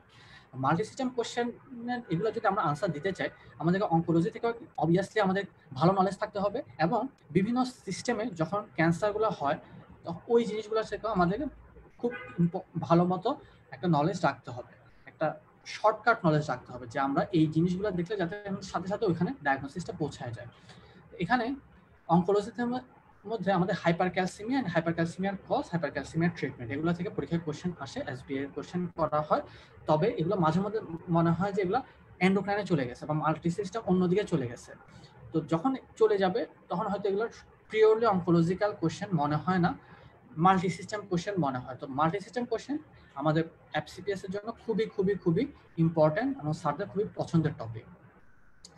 তারপরে টিউমার মার্কার গুলো মনে করেন জিআইটির একটা টিউমার মার্কার, মনে করেন কার্সিনোম এমব্রায়োনিক অ্যান্টিজেন, তো এটা জিআই থেকেও আসতে পারে অথবা অনকোলজি থেকেও আপনাদের আসতে পারে। কার্সিনোম এমব্রায়োনিক অ্যান্টিজেন কোথায় বাড়ে, বা CA125, CA19 এগুলো কোথায় বাড়ে, এগুলো অনকোলজিতে একটা সুন্দর বক্সের মধ্যে দেওয়া আছে, কিন্তু এগুলো জিআই এর পোর্শনের মধ্যে পড়ে যায়। তো আমাদের আলাদা করে এটা অনকোলজি যখন পড়বো তখন অনকোলজি থেকে এই বক্সগুলো আমাদেরকে অবশ্যই মনে রাখতে হবে। এখন আমাদের কোরিলেট করতে হবে, অনকোলজির সাথে বিভিন্ন সিস্টেমের কোরিলেট করতে হবে। এই কোরিলেশনটা করতে না পারলে কিন্তু আনসার করা খুব ডিফিকাল্ট হয়ে যায়। এবং ক্যান্সার রিলেটেড কোয়েশ্চেন অবশ্যই হবে, আপনার অবশ্যই ক্যান্সার রিলেটেড কোয়েশ্চেন হবে। তো মনে হবে যে রেসপিরেটরিতে আপনার পেপার 1 বা পেপার 2 বা পেপার 3 তে আপনি পরীক্ষা দিচ্ছেন, তখন আপনার কাছে একটা হঠাৎ করে কোশ্চেন চলে আসলো যেটা অনকোলজির একটা স্পেসিফিক বক্স থেকে চলে আসলো। আপনার মনে হবে যে এটা কেন এখানে আসলো, কিন্তু না, যেহেতু অনকোলজি এটা বিভিন্ন ধরনের সিস্টেম থেকে আসবে, এবং একটা মাল্টি সিস্টেম যেহেতু আপনাকে কোরিলেট করে আসতে হবে। একটোপিক হরমোন প্রোডাকশন, এটা স্পেসিফিক্যালি লাং ক্যান্সারে কোন ধরনের একটোপিক হরমোন প্রোডাকশন করে, এটা আমরা রেসপিরেটরিতেও পড়বো। এখান থেকেও আমরা একটা বক্স আছে, খুব সুন্দর করে এটা আমরা পড়ে রাখতে পারি। কোনাস মেডুলারিসের মধ্যে ডিফারেন্স মাঝে মধ্যে চলে আসছে। অ্যাডভার্স ইফেক্ট অফ কেমোথেরাপি, বিভিন্ন কেমোথেরাপির অ্যাডভার্স ইফেক্ট, এই অ্যাডভার্স ইফেক্টগুলো আমাদেরকে খুব ভালো মতো জানা লাগবে, পরীক্ষায় খুব কমনলি আসে। এবং দেখা যাবে যে মনে করেন আপনাকে বললো যে ব্লিওমাইসিনের অ্যাডভার্স ইফেক্ট, ব্লিওমাইসিনের অ্যাডভার্স ইফেক্ট পালমোনারি ফাইব্রোসিস, তাহলে পালমোনারি ফাইব্রোসিস আমরা এটা পড়বো। ওখানে আমরা পালমোনারি ফাইব্রোসিসের কজের মধ্যে দেখবো যে একটা ব্লিওমাইসিন আসছে। যখন কার্ডিওলজি পড়বো তখন আমরা দেখবো যে কার্ডিওটক্সিসিটি করে ডক্সোরুবিসিন অ্যান্ড ট্রাস্টাজুমাব, তাহলে এই জিনিসগুলো কার্ডিওটক্সিসিটি করে, তো এটা আমরা কার্ডিওলজিতে পড়বো। কিন্তু এখানে একটা বক্সের মধ্যে সুন্দর করে এগুলো গুছিয়ে দেওয়া আছে। এই যখন ওখানে পড়বো এটা আমাদেরকে মাথায় রাখতে হবে, যখন এদিকে পড়বো তখন আমাদেরকে কোরিলেট করে আসতে হবে যে হ্যাঁ আমি কি আসলে এই বক্সের এই ইনফরমেশনটা কার্ডিওলজিতে পড়ে আসছি কিনা। তখন দেখবেন যে যখন আমরা কোরিলেশনগুলো করবো তখন পড়ালেখা করা খুবই সহজ হয়ে যাবে। তো পেপার 1 এর এই টপিকগুলো মেইনলি আসে, মোস্টলি ইম্পর্টেন্ট। এই জিনিসগুলা থেকে কিভাবে পড়লে কোন অংশগুলা ক্রিম, একটা টপিক্সের ক্রিম পোর্শন কোনগুলা, এই জিনিসগুলো বোঝার জন্য আসলে রিভিশন বারবার পড়তে হয়, অথবা আমাদের সিনিয়রদের সাহায্য নিতে হয়। এবং আমরা সিনাপসে এই টপিকসগুলো ফাইন্ড আউট করে দিই বলে দেখা যায় যে আমাদের এখানে যারা আমাদের সাথে ক্লাস করেন তাদের যে কোনো পোস্ট গ্রাজুয়েশনে পাস করার পার্সেন্টেজ অনেক বেশি হয়ে যায়। কেন? কারণ হলো যে আমরা যারা মেন্টররা আছে আমরা এই টপিকসগুলো বহুদিন ধরে পড়তেছি এবং আমাদের বহু পরীক্ষা দেওয়ার কারণে আমাদের মোটামুটি একটা আইডিয়া হয়ে যায় যে একটা টপিক্সের প্রাইম লাইন কোনগুলা বা একটা সিস্টেমের মধ্যে কোন টপিকসগুলো থেকে বেশি কোশ্চেন আসার প্রবাবিলিটি থাকে। এবং এই এক্সপিরিয়েন্সগুলো থেকে এই ধরনের একটা সাজেশন তৈরি করা হয়েছে। তো আপনারা এই ধরনের সাজেশনগুলো অবশ্যই ফলো করবো। ডেভিডসন অনেক বড় বই, এত বড় বই প্রত্যেকটা লাইন মুখস্থ রাখা একেবারেই সম্ভব না। আমরা মোস্ট ইম্পর্টেন্ট টপিকসগুলো, মোস্ট ইম্পর্টেন্ট সিস্টেমগুলো ফাইন্ড আউট করে রাখবো, মোস্ট ইম্পর্টেন্ট টপিকসগুলো পড়বো, এবং ওই ইম্পর্টেন্ট টপিকসগুলো হচ্ছে মোস্ট ইম্পর্টেন্ট লাইনগুলো কোনগুলা যেগুলো দেখার সাথে সাথে আমাদের ওই টপিক্সের ডায়াগনোসিস হয়ে যায়, ওই জিনিসটা আমরা মাথায় রাখবো। তো পেপার 1 থেকে আজকে আমি এতটুকুতেই শেষ করছি। আমি ফাহিমের কাছে চলে যাচ্ছি, আর যদি কোনো কোশ্চেন থাকে তাহলে অবশ্যই আমাকে করতে পারেন।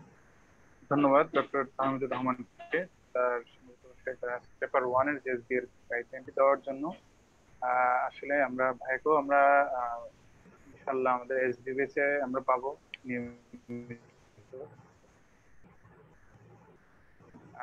এই ফাঁকে আমি আবার একটু জানিয়ে দিই সার্জারি জ্ঞানী সবকিছুতেই, যেহেতু আজকে মেডিসিনের আমরা শুরু করতে যাচ্ছি ইনশাআল্লাহ।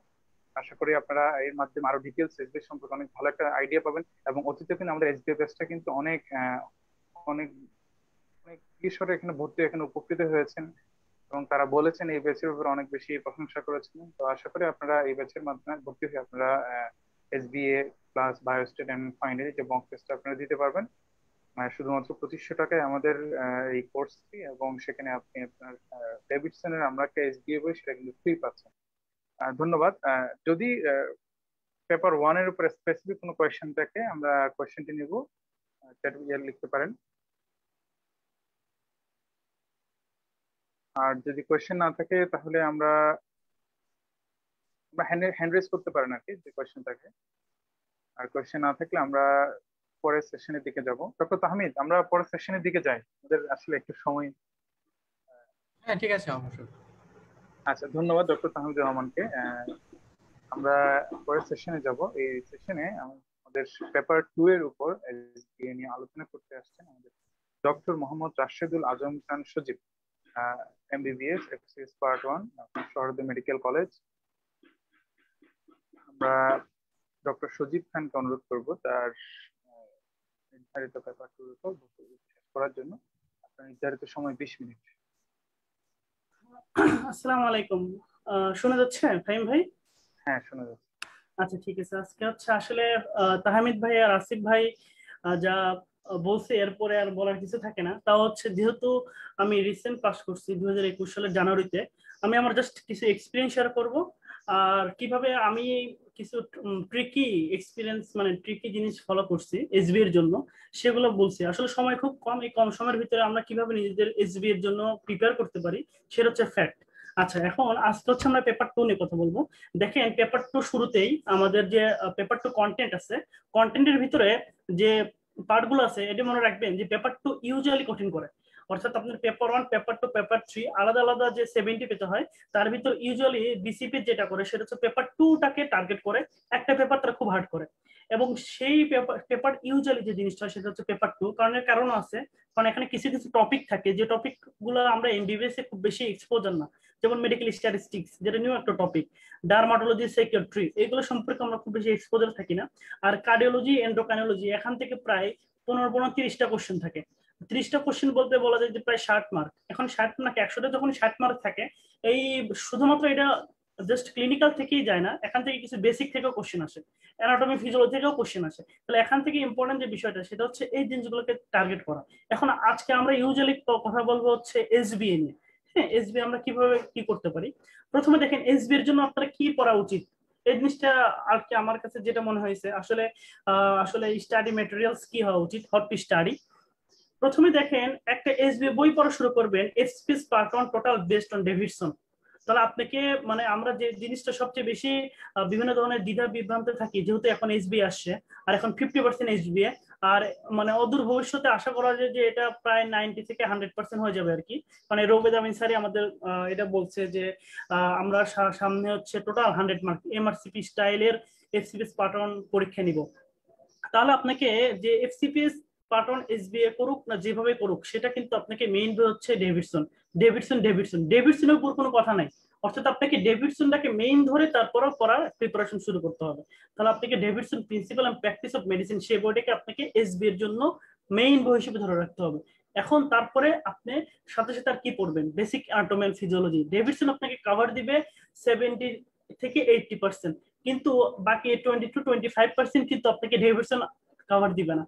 সেই আপনার ওই 20 to 25% আর 15% এইখান থেকে আপনাকে বেসিক অ্যানাটমি এন্ড ফিজিওলজি থেকে আসতে হবে। একটু আগে বলছি যে প্রত্যেকটা পেপারে আলটিমেটলি কিছু কিছু বড় সিস্টেম আছে, যেমন হচ্ছে এন্ড্রোকাইনোলজি, তারপর ইনফেকশাস ডিজিজ, তার নার্ভাস সিস্টেম, হ্যাঁ, তারপর হচ্ছে আমার এখন কার্ডিওলজি। এখান থেকে 15 মার্ক করে কোশ্চেন থাকে। তাহলে 15টা যদি কোশ্চেন থাকে আপনাকে মাথায় রাখতে হবে 15টা কোশ্চেনের ভিতরে ইউজুয়ালি 4টা থেকে 5টা অথবা 6টা থাকবে টোটাল বেসিক থেকে অ্যানাটমি এন্ড ফিজিওলজি থেকে, এবং সেখান থেকে কিন্তু এসবি আসবে, এটা মাথায় রাখতে হবে। সেখান থেকে এসবি আসবে, তাহলে সেখান থেকে আপনি কি করতে পারেন, কিভাবে কোপ আপ করতে পারবেন, সেটা থেকে আলটিমেটলি যে জিনিসটা বিভিন্ন আমাদের সিনাপসের যে লেকচার শিট গুলো আছে, প্লাস যখন আপনি ক্লাস করবেন তখন থেকে আমরা ফিজিওলজি অ্যানাটমি কিছু ইম্পর্টেন্ট টপিক আপনাদেরকে বলে দিব, তখন সেই জিনিস অনুসারে আপনি আলটিমেটলি প্র্যাকটিস করতে পারবেন। আচ্ছা, তারপর আপনি কি করবেন, এসবি প্র্যাকটিস বুক, যে জিনিসটা সবচেয়ে বেশি আমরা দ্বিধাদ্বন্দ্বে থাকি, যে আমরা সাধারণত এসবি প্র্যাকটিস বুক মানে অ্যাভেলেবল বই আছে, এখন আপনি কোনটাকে মেইন ধরবেন, এটা আসলে আমরা খুব বেশি এখন দেখা যায় যে দ্বিধাদ্বন্দ্বে থাকি, যেহেতু এসবিএ তো নতুন একটা টোটাল নতুন একটা জিনিস আমাদের জন্য। তাহলে আমরা এই ক্ষেত্রে যে জিনিসটা করবো, ডেভিডসনটাকে কিন্তু বাদ দিয়ে আলটিমেটলি এসবি বই ধরা শুরু করা যাবে না। যে জিনিসটা সবচেয়ে ভুল করি, মানে অ্যাজ মাই এক্সপিরিয়েন্স, যেটা আমি মানে খেয়াল করি যে সবাই শুরু করি যে এমআরসিপি আমরা পাস মেডিসিন পড়া শুরু করে দিই। তাহলে এমআরসিপি পাস মেডিসিন আপনি পড়া শুরু করতেছেন, কিন্তু আপনি অ্যালংসাইড ডেভিডসনটাকে রাখতেছেন না, তার মানে এটা কিন্তু আপনার পরীক্ষার জন্য ভালো একটা ফল নিয়ে আসবে না। কারণ কোশ্চেন আসবে confirm for Davidson book, Davidson বই থেকে আসবে, এটা কনফার্ম। যেমন এবার আমরা 2021 সালে যারা পরীক্ষা দিচ্ছি, পরীক্ষা দেওয়ার পরে আমাদের কাছে খালি বারবার পরীক্ষা দেওয়ার পরে রাত্রেই আসে যে কোশ্চেন ডেভিডসন থেকে আসেনি, কোশ্চেন পাস মেডিসিন থেকে আসছে, কোশ্চেন এমআরসিপি এর অমুক একটা নোটস থেকে আসছে, নোটস থেকে আসছে। এখন কথা হচ্ছে কিন্তু আলটিমেটলি যখন আমরা অ্যান্সার খোঁজা শুরু করলাম, দেখলাম যে টপিকগুলো সব ডেভিডসনে আছে। কিন্তু তাহলে ডেভিডসনের যে সমস্যা, যে ডেভিডসন একটা ফ্ল্যাটলি একটা বই দেয়া আছে, সেই বইয়ের থেকে আপনি এসবিএ আলটিমেটলি পড়বেন ঠিকই, এসবিএ এর জন্য প্র্যাকটিস দরকার। তখন প্র্যাকটিসের জন্য go for another SBA practice বুক। এর জন্য আমাদের সিনাপস থেকে একটা এসবিএ বুক বই আমরা বের করতেছি, ইনশাআল্লাহ এই মাসের শেষের দিকেই চলে আসবে। সেটা হচ্ছে combinations of the Davidson and the Pass medicine.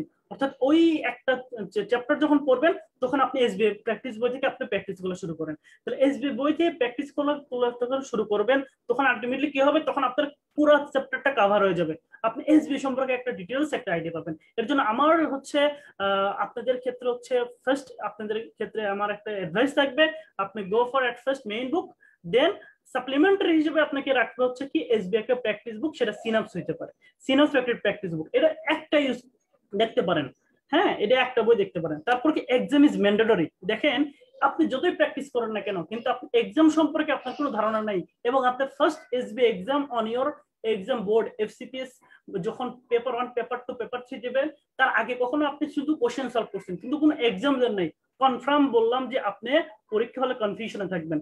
পরীক্ষাটা ইম্পর্টেন্ট, পরীক্ষাটা মোস্ট ইম্পর্টেন্ট, কারণ পরীক্ষাটা হচ্ছে just reflection of your total preparation. এখন আপনি যদি এমন হয় যে এক্সাম আপনি দিচ্ছেন না নিয়মিত, কোন এসবি এক্সাম আপনি দিচ্ছেন না, এসবি এক্সাম জিনিসটা না দিলে আপনি কখনোই এসবি এর যে কোশ্চেনের অ্যান্সার সেগুলো সুন্দরভাবে ক্লু গুলো খুঁজতে পারবেন না। হ্যাঁ, এসবি তে কিন্তু ক্লু থাকে, 2 থেকে 3টা লাইনের ভিতরে আপনাকে ক্লু দিবে, সেই ক্লুটাকে আপনাকে ফাইন্ড আউট করতে হবে, সেই জিনিসটা ফাইন্ড আউট করার পর তারপর সেটাকে অ্যান্সার দিতে হবে। এখন এক্সাম হল কিন্তু অনেক প্রেশারের একটা জায়গা, অনেক প্রেশারের জায়গা, 100 মিনিট, এই 100 মিনিটটাকে আপনার আলটিমেটলি 25টা এসবিএ কারেকশনের জন্য যথেষ্ট সময়, কিন্তু তার জন্য আপনাকে প্রিপেয়ার হতে হবে, সেই প্রিপারেশন টাইম কিন্তু এই সময়টাতে, এই সময় যে যত বেশি এক্সাম দিবেন, যে যত বেশি কোশ্চেন সলভ করবেন, সে তত রেসে আগে থাকবেন, এটা কনফার্ম। তাহলে স্টাডি ম্যাটেরিয়ালস গুলো হচ্ছে আমাদের এরকম হওয়া দরকার। তারপরে ইম্পর্টেন্ট টপিকস, দেখেন টপিকস গুলো তাহলে আমরা কিভাবে পড়তে পারি। এট ফার্স্টে আপনি দেখেন অ্যানাটমি ফিজিওলজি যে এসবি ধরেন, অবশ্যই 1টা থেকে 2টা কোশ্চেন থাকবে, কারণ আমি আপনাকে বলছি যে কিছু কিছু ইম্পর্টেন্ট চ্যাপ্টার থাকে, কিছু কিছু ইম্পর্টেন্ট বই থাকে, এই টপিক থাকে, সেই টপিক থেকে যেমন নিউরোলজি থেকে, কখনোই নিউরোলজি থেকে আপনি এই 15টার ভিতরে 15টা আপনি টোটাল ক্লিনিক্যাল পাবেন না। কার্ডিওলজি আমার হচ্ছে topic paper 2 cardiology and endocrinology, যেটা সবচেয়ে বেশি ফল করে যারা, যে 15টা থেকে 15টা ডেভিশন থেকে পাবেন না, 4টা থেকে 5টা কোশ্চেন থাকবে টোটাল বেসিক থেকে, অ্যানাটমি ফিজিওলজি, সেই 4টা থেকে 5টার ভিতরে 1টা থেকে 2টা থাকবে এসবিএফ, আর বাকি 3টা থাকবে হচ্ছে আলটিমেটলি ট্রু এন্ড ফলস। তাহলে আপনাকে অ্যানাটমি এন্ড ফিজিওলজি ভালো করে আয়ত্তে রাখতে হবে। Clinical examination important. Clinical examination এবারই আসছে, এবার 2021 সালে এরকম কোশ্চেন আসে যে একটা হার্ট ফেইলিওরের একটা সিনারিও দিচ্ছে, একটা হার্ট ফেইলিওরের সিনারিও দেওয়ার পরে তারপরে সে বোঝা যাচ্ছে যে সিনারিও হার্ট ফেইলিওর, তারপর বলে দিচ্ছে যে এই পেশেন্টের ক্ষেত্রে তাহলে আপনি কি পাবেন, আপনি পালস কি পাবেন, পালসেস অল্টারনেস লেফট হার্ট ফেইলিওরের ক্ষেত্রে সেই কোশ্চেন আসে, আবার জেবিবি থেকে কোশ্চেন আসে একটা। তার মানে আপনাকে ক্লিনিক্যাল এক্সামিনেশন এই যে সিস্টেমগুলো আছে, সেই সিস্টেমগুলোর ক্লিনিক্যাল এক্সামিনেশন কিন্তু আপনাকে ভালো মতো মোটামুটি যেগুলো মেজর সিস্টেম, যেমন হচ্ছে কার্ডিওলজি, এন্ডোক্রাইনোলজির ভিতর থাইরয়েড, হ্যাঁ, তারপর হচ্ছে নিউরোলজি, তারপর মনে করেন যে রেসপিরেটরি সিস্টেম, এই যে এক্সামিনেশন গুলো কিন্তু আপনাকে ভালো একটা আয়ত্ত থাকতে হবে, কারণ এগুলো ক্লু হিসেবে আসবে, হয় ক্লু হিসেবে আসবে আপনার কোশ্চেনে, অথবা আপনাকে কোশ্চেনের ক্লু হিসেবে ছাড়াও আরেকটা যেভাবে আসতে পারে সেই জিনিসটা হচ্ছে আপনার আলটিমেটলি ডিরেক্ট আসতে পারে, যে এইরকম একটা আপনি পাইছেন হচ্ছে হাইপোথাইরয়েডিজম আর হাইপোথাইরয়েডিজম, তাহলে এর এক্সামিনেশন ফাইন্ডিং কি আসতে পারে, বেডসাইড ক্লিনিক্যাল এক্সামিনেশন কি হতে পারে, তাহলে এগুলো আপনাকে জানতে হবে। সবচেয়ে বেশি যে জিনিসগুলো আসে সবচেয়ে বেশি এসবি এর ক্ষেত্রে এফসিএস পার্ট 1 এ, সেটা হচ্ছে clinical features and diagnosis and investigation. মাথায় রাখবেন, clinical features diagnosis and investigation, আপনাকে একটা এসবি দিবে, বেশিরভাগ আপনাকে একটা ক্লিনিক্যাল ফিচার দিবে, ক্লিনিক্যাল ফিচার দেওয়ার পরে বলবে যে what is the most probable diagnosis. আপনাকে দেখা গেল যে হাইপোথাইরয়েডিজম একটা ফিচার দিল যে একটা পেশেন্টের রিসেন্টলি সে ওয়েট গেইন করতেছে, সে বেশিরভাগ ড্রাউসিনেস থাকতেছে, সে সাথে সাথে পেশেন্ট দেখা যাচ্ছে যে আলটিমেটলি তার স্কিনটা স্পার্স হচ্ছে, হ্যাঁ, পোর্স হেয়ার হচ্ছে, কিছু কিছু একটা দিবে আর কি, ক্লু দিবে, ক্লু দিয়ে বলবো যে পেশেন্টের তাহলে আলটিমেটলি ডায়াগনোসিস কি হতে পারে, এটা কি কুশিং, এটা কি obeys, or in some type of the paraneoplastic syndrome, or in the case of the hypothyroidism। তাহলে আপনি এইভাবে কিন্তু কোশ্চেন আসার সম্ভাবনা প্রায় 40 থেকে 50% এখান থেকে, কারণ অ্যাজ এ আপনি এফসিবিএস পার্ট 1 স্যাররা চাই যে আপনি মোটামুটি একটা ডায়াগনোসিস করতে পারেন, তাহলে এটা আপনাকে মাথায় রাখতে হবে যে আপনাকে ডিজিজ ডায়াগনোসিস করতে হবে। 2 নাম্বার ইনভেস্টিগেশন। এখন সাধারণত যে জিনিসগুলো হয়, বর্তমানে যে কোশ্চেনগুলো হয়, আপনাকে এই যে হাইপোথাইরয়েডিজমের যে একটা কেস দিল, আপনি ডায়াগনোসিস করে ফেলছেন মনে মনে, কিন্তু কোশ্চেন অ্যান্সারে যে জিনিসটা চাইতেছে সেটা ডায়াগনোসিস চায়নি, তারা বলতেছে what is the first line investigation for that case. মানে এই জিনিসটা, অর্থাৎ একটা পেশেন্ট আপনাকে দিল হচ্ছে ইনফেক্টিভ এন্ডোকারাইটিস দেওয়ার পরে আপনি বুঝে গেলেন যে একটা পেশেন্টের হাইগ্রেড ফিভার আছে, থ্রম্বোএমিলিক ফেনোমেনন আছে, ভ্যারিং মারমার আছে, সবকিছু আপনি ক্লিয়ার আপ করলেন, ক্লিয়ার আপ হওয়ার পরে তারপর আপনাকে সেটা ডায়াগনোসিস দেয়, দিছে কি what is the first investigation for it, blood culture. তাহলে এই জিনিসগুলো কিন্তু আপনাকে মাথায় রাখতে হবে। এখান থেকে সবচেয়ে বেশি কোশ্চেন আসে। ম্যানেজমেন্ট ইউজুয়ালি কম আসে। এখন ম্যানেজমেন্ট ইউজুয়ালি যে জিনিসগুলো আপনাকে পড়তে হবে, কমন ডিজিজ, মনে করেন hypothyroidism, heart failure, ischaemic heart disease, যে ডিজিজগুলো ক্লিনিক্যালি প্র্যাকটিস ওরিয়েন্টেড, যে ডিজিজগুলো আমরা বেশি প্র্যাকটিস করি, সেই ডিজিজগুলো কিন্তু ম্যানেজমেন্টগুলো বেশি আসে। তাহলে আপনাকে এই জিনিসগুলো মাথায় রাখতে হবে। পড়ার ক্ষেত্রেও কিন্তু এভাবে ডেভিশনটাকে এমনি সাজাইতে হবে আপনাকে, হ্যাঁ। আচ্ছা, তারপরে দেখেন স্ট্র্যাটেজি টু স্টাডি। তাহলে আমরা কি স্ট্র্যাটেজি ফলো করতে পারি? Should be clinically oriented. একটা চ্যাপ্টারে আপনি সবকিছু কভার দিতে পারবেন না, এটা কিন্তু আপনার পক্ষে পসিবল না। তাহলে ক্লিনিক্যালি ওরিয়েন্টেড আপনাকে হইতে হবে, গ্রস একটা নলেজ থাকতে হবে একটা চ্যাপ্টারে। মনে করেন আপনি এই কার্ডিওলজি পড়তেছেন, এখন কার্ডিওলজি পড়ার ক্ষেত্রে আপনি কোন জিনিসটাকে প্রায়োরিটি দিবেন ফর এক্সামিনেশন, এটা মাথায় রাখতে হবে। আপনি কি প্রথমেই যে আপনি কার্ডিয়াক টিউমারটাকে প্রায়োরিটি দিবেন, প্রথমেই কি মনে করেন যে আপনাকে পেরিকার্ডিটিসটাকে প্রায়োরিটি দিচ্ছেন, নাকি আপনি হার্ট ফেলিওরকে প্রায়োরিটি দিচ্ছেন, ইসকেমিক হার্ট ডিজিজকে প্রায়োরিটি দিচ্ছেন, ভালভুলার হার্ট ডিজিজকে প্রায়োরিটি দিচ্ছেন, ইনফেক্টিভ এন্ডোকারাইটিসকে প্রায়োরিটি দিচ্ছেন। অর্থাৎ আপনাকে focus on the clinically common disease. এটা মনে রাখবেন, স্যাররা এটা কমনলি বলে যে একটা ডিজিজের, এটা আমাদের রেজন স্যার বলতো যে সাধারণত যে জিনিসটা ফলো করা উচিত সেটা হচ্ছে rare presentation of a common disease and common presentation of a rare disease। এটা আপনাকে পড়ার ক্ষেত্রে মাথায় রাখতে হবে। আপনি ফিওক্রোমোসাইটোমার সবকিছু পড়ার দরকার নাই, কিন্তু ফিওক্রোমোসাইটোমার যে বক্সটা আছে সেটা কিন্তু আপনাকে পড়া দরকার। আবার ঠিক তেমনি ইসকেমিক হার্ট ডিজিজ প্রথম থেকে শেষ পর্যন্ত আপনাকে পড়তে হবে, কারণ এই জিনিসটা কিন্তু আপনি কি থাকবেন, ক্লিনিক্যাল ওরিয়েন্টেড হইতে হবে। কারণ সারা চিন্তা ভাবনা করে সেই ডিজিজগুলো নিয়েই সারা প্রশ্ন করে, সে যে ডিজিজগুলো ইউজুয়ালি আপনি ক্লিনিক্যালি পান। আর এইটা হচ্ছে এফসিবিএস প্যাটার্নের বেসিক ভিত্তি, বেসিক বেসমেন্ট। যে সারা ক্লিনিক্যালি ডিজিজ দিবে এবং যে ডিজিজগুলো ইউজুয়াল আপনি হাতে পাচ্ছেন সেই ডিজিজগুলো আপনাকে প্রেজেন্ট করবে, কিন্তু সেই ডিজিজগুলো কিছু অ্যাটিপিক্যাল ফিচার আপনাকে সামনে তুলে দেবে। তাহলে আপনি পড়ার ক্ষেত্রে সেই জিনিসগুলো মাথায় রাখবেন। Focus on the giant chapter of is paper. দেখেন প্রত্যেকটা পেপারে কিছু জায়ান্ট চ্যাপ্টার থাকে, যেমন পেপার 2 তে জায়ান্ট চ্যাপ্টার হচ্ছে এন্ডোক্রাইন এন্ড দা বলা যাচ্ছে কার্ডিওলজি। আবার যদি পেপার 1 এ যদি আপনি ধরেন সেটা হচ্ছে কি আছে, পেপার 1 এ হচ্ছে আপনার মেইন হচ্ছে নিউরোলজি এন্ড জিআইটি। পেপার 3 তে কি আছে, ইনফেকশাস ডিজিজ। তাহলে এই যে জায়ান্ট চ্যাপ্টার গুলো এখান থেকে সারা টার্গেট করে আমরা এসবিএ দিব। তার মানে আপনি এসবিএ তাহলে আলটিমেটলি কই থেকে আসতে পারে, এই জিনিসগুলো থেকে কিন্তু সারা টার্গেট করে। আপনি যদি 15টা কোশ্চেন থাকে পরীক্ষায় প্রশ্ন দেখে 5টা থেকে 6টা এসবিএ থাকবে এই এখান থেকে। হ্যাঁ, আপনাকে কিন্তু শুরুতেই মনে করেন যে ডার্মাটোলজি সাইকিয়াট্রি থেকে দিবে 1টা থেকে 2টা, কিন্তু আপনি কিন্তু যদি মনে করেন এন্ডোক্রাইনোলজি এন্ড দা কার্ডিওলজি সেখান থেকে যদি আপনি ফলো করেন তাহলে মিনিমাম 12 থেকে 13টা এসবিএ কোশ্চেন পাবেন 25টার ভিতরে। তার মানে এই আপনাকে পড়ার ক্ষেত্রে স্ট্র্যাটেজি অবলম্বন করতে হবে, যে জায়ান্ট চ্যাপ্টার কোনগুলো সেগুলোতে ইম্পর্টেন্স দিতে হবে। আচ্ছা, SBA practice and exam of the completions of a chapter. আমাদের যেটা সবচেয়ে ভুল হয়, আমরা একটা জিনিস পড়ি, পড়ার পরে যে জিনিসটা আমরা কি করি, মনে করেন আজকে আপনি কার্ডিওলজি আপনি পড়লেন, কার্ডিওলজি পড়ার পরে আমরা জিনিসটা জমায় রাখি, আমরা এসবিএ প্র্যাকটিস করি না। এসবিএ প্র্যাকটিস না করার পরে আবার পরীক্ষা দেয় না, জিনিসটা জমায় রাখি, কিন্তু ভাবি যে আমার পরীক্ষার আগে আগে দেখবো, কিন্তু পরীক্ষার আগে আগে দেখার আর সময় হয় না, পরীক্ষার আগে আগে আর এক্সাম দেওয়ার সময় হয় না। এই যে আপনার একটা গ্যাপ থেকে গেল, সেই গ্যাপ কিন্তু থেকেই যাবে, সেই গ্যাপ কিন্তু থেকেই যাবে। তাহলে আমার অ্যাডভাইস হচ্ছে আপনি যে চ্যাপ্টার পড়তেছেন সেই চ্যাপ্টার সাথে সাথে এসবি প্র্যাকটিস করুন। কোন একটা এক্সাম বেসে ভর্তি হয়ে যান, আপনি জিনিসটা দেখুন যে আপনার মার্কটা কেমন আসতেছে। যদি এসবি তে যদি 50 মার্কসের যদি পরীক্ষা হয়, আপনি সেখানে 30 আপ পাচ্ছেন কিনা, যদি 100 হয় সেখানে 70 ক্রস করতে পারতেছেন কিনা। তাহলে এই জিনিসগুলো কিন্তু আপনাকে মাথায় রাখতে হবে। আচ্ছা, এরপরে দেখেন প্রিভিয়াস কোশ্চেন গুলা আমরা অ্যানালাইসিস করি, কি টাইপের কোশ্চেন আসছে। দেখেন পেপার 2 তে, আমি প্রথমে বলছি পেপার 2 তে যদি দেখেন এফসিবিএস 2021 সাল জানুয়ারিতে যে কোশ্চেন গুলো আসছে, যে 2021 সালে একটা কোশ্চেন আসে জানুয়ারিতে FCBS, an elderly patient comes with severe chest pain and respiratory distress, what is first line investigation। মনে হচ্ছে খুবই সহজ, আসলে সহজ কোশ্চেন, 2021 সালে কিন্তু আসছে। দেখেন আপনি যখন পরীক্ষা হলে যাবেন, প্রশ্ন মনেই দেখা হচ্ছে এটা একটা ইসকেমিক হার্ট ডিজিজ, এটার এ ব্যাপারে কোনো সন্দেহ নেই, কিন্তু আপনি অপশনগুলোতে যান, এসবি এর অপশনগুলো 5টাতে 5টাই অ্যান্সার থাকবে, কিন্তু মোস্ট অ্যাপ্রোপ্রিয়েট অপশনটা আপনাকে খুঁজে বের করতে হবে। এটা কি 12 বিট ইসিজি হবে, না সেরাম ট্রপোনিন হবে, এক্সারসাইজ ইসিজি হবে, সিকিএমবি হবে, না চেস্ট এক্সরে হবে। তাহলে দেখেন এই জিনিসটা আসছে কিন্তু এফসিপিএস 2021 রিসেন্ট। তাহলে স্যাররা কেন দিছে, এখন আপনি কার্ডিয়াক ট্রপোনিন করতে পারেন, কারণ এটা কি করা যায় না, এটা করা যায়। 12 বিট ইসিজি করবেন না এক্সারসাইজ ইসিজি করবেন, এখানে কনফিউশন। তার আলটিমেটলি এই পেশেন্টের ক্ষেত্রে কিন্তু করতে হবে ইসিজি। কারণ শুরুতে ট্রপোনিন কেন করবেন না, কারণ আপনি জানেন একটা যে চেস্ট পেইনের ক্ষেত্রে দুই ক্ষেত্রে হতে পারে, একটা হচ্ছে আনস্টেবল এনজাইনা, একটা মায়োকার্ডিয়াল ইনফ্রাকশন।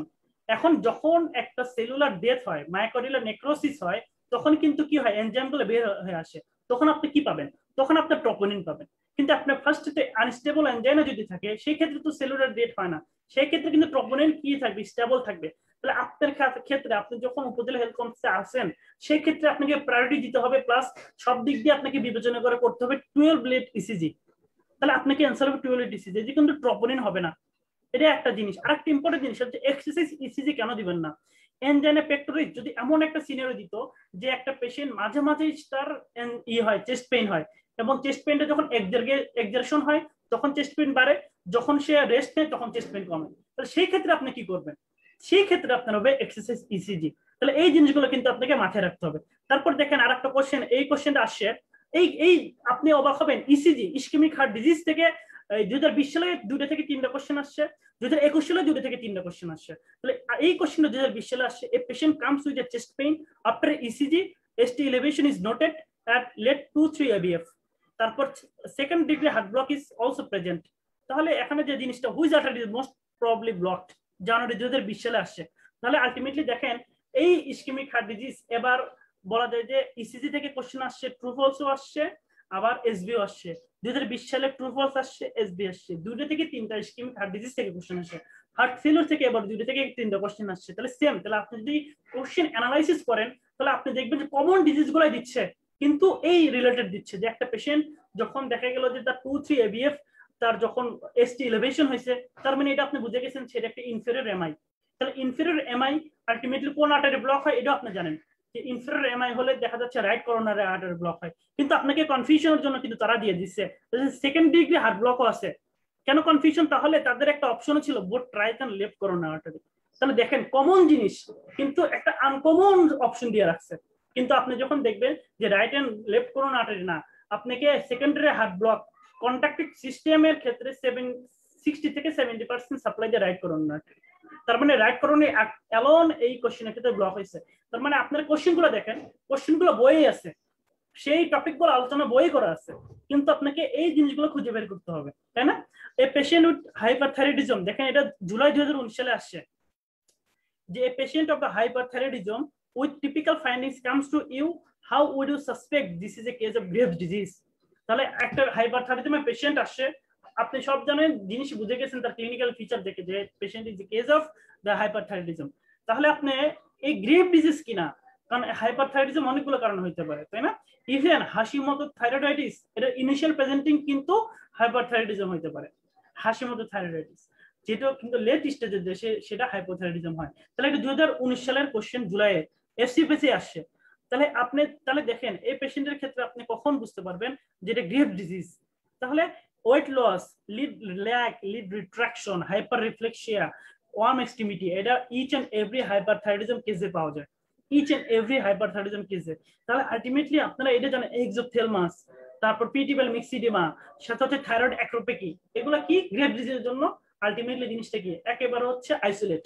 তাহলে এই জিনিসগুলো কিন্তু আপনাকে পড়তে হবে। তাই থাইরয়েড আপনি যখন এন্ডোক্রাইন পড়বেন, থাইরয়েড আপনি হরমোন হাইপোথাইরয়েডিজম হাইপারথাইরয়েডিজম পড়বেন না আর আপনি এক্সামে বসবেন, এটা অসম্ভব।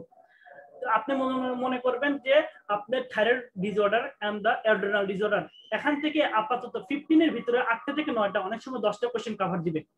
আর সবচেয়ে ইম্পর্টেন্ট অ্যানাটমি ফিজিওলজির ক্ষেত্রে অ্যাড্রেনাল, দেন থাইরয়েড। তাহলে এইভাবে আপনাকে কিন্তু কোশ্চেনগুলো পড়তে হবে। এইভাবে দেখেন এটা 2019 সালে আসে, খুব বেশি কঠিন কোশ্চেন না, কিন্তু এটা যখন পরীক্ষায় আপনি বসবেন তখন আপনি কিন্তু কি হয়ে যাবেন, আপনি কনফিউশন হয়ে যাবেন। আচ্ছা দেখেন আরেকটা, এবার 2021 সালে জানুয়ারিতে আসছে, father is known case of diabetes mellitus for 30 years, his sons BMI অনেক বেশি 34, মানে এটা একটা obese, his fasting blood glucose 8, postprandial 12, কোনো সিমটম নাই, এটা কি ডায়াগনোসিস? তাহলে দেখেন এটা ডায়াবেটিক থেকে আসে। মনে রাখবেন এন্ডোক্রাইনোলজি দুইটা পোর্শন, একটা বেসিক এন্ডোক্রাইনোলজি, ডায়াবেটিস। ডায়াবেটিস থেকে 2টা থেকে 3টা কোশ্চেন দেয়, তার ভিতরে 1টা থেকে 2টা এসবি আসেই। সবচেয়ে বেশি আসে হচ্ছে অ্যান্টি ডায়াবেটিক ড্রাগস, দেন আসে কমপ্লিকেশন। তাহলে আলটিমেটলি এই জিনিসটা কিন্তু একটি অ্যাটিপিক্যাল কোশ্চেন আসে, যে বলতেছে যে বাবার আছে 30 বছর ধরে ডায়াবেটিস, কিন্তু তার ছেলের বিএমআই বেশি, কিন্তু ছেলে কোনো একটা কারণে ইনভেস্টিগেশন করে দেখলো তারও ডায়াবেটিস। তাহলে এটা আপনি টাইপ 1 বলবেন, টাইপ 1 বলবেন না টাইপ 2 বলবেন, দেখে লাড়া বলবেন না মোডি বলবেন? দেখেন কিন্তু একটা কনফিউশন একটা জিনিস, কিন্তু এটা কিন্তু বই ডেভিডসনে দিয়ে আছে, এটা কিন্তু আপনার পাস মেডিসিন পাস টেস্ট থেকে দেওয়া হয়নি, ডিরেক্ট ডেভিডসনের কথা দেওয়া আছে। তাহলে জিনিসটা কি? জিনিসটা কিন্তু দেখেন বাবা থেকে, এখানে আপনি ক্লু খুঁজতে হবে।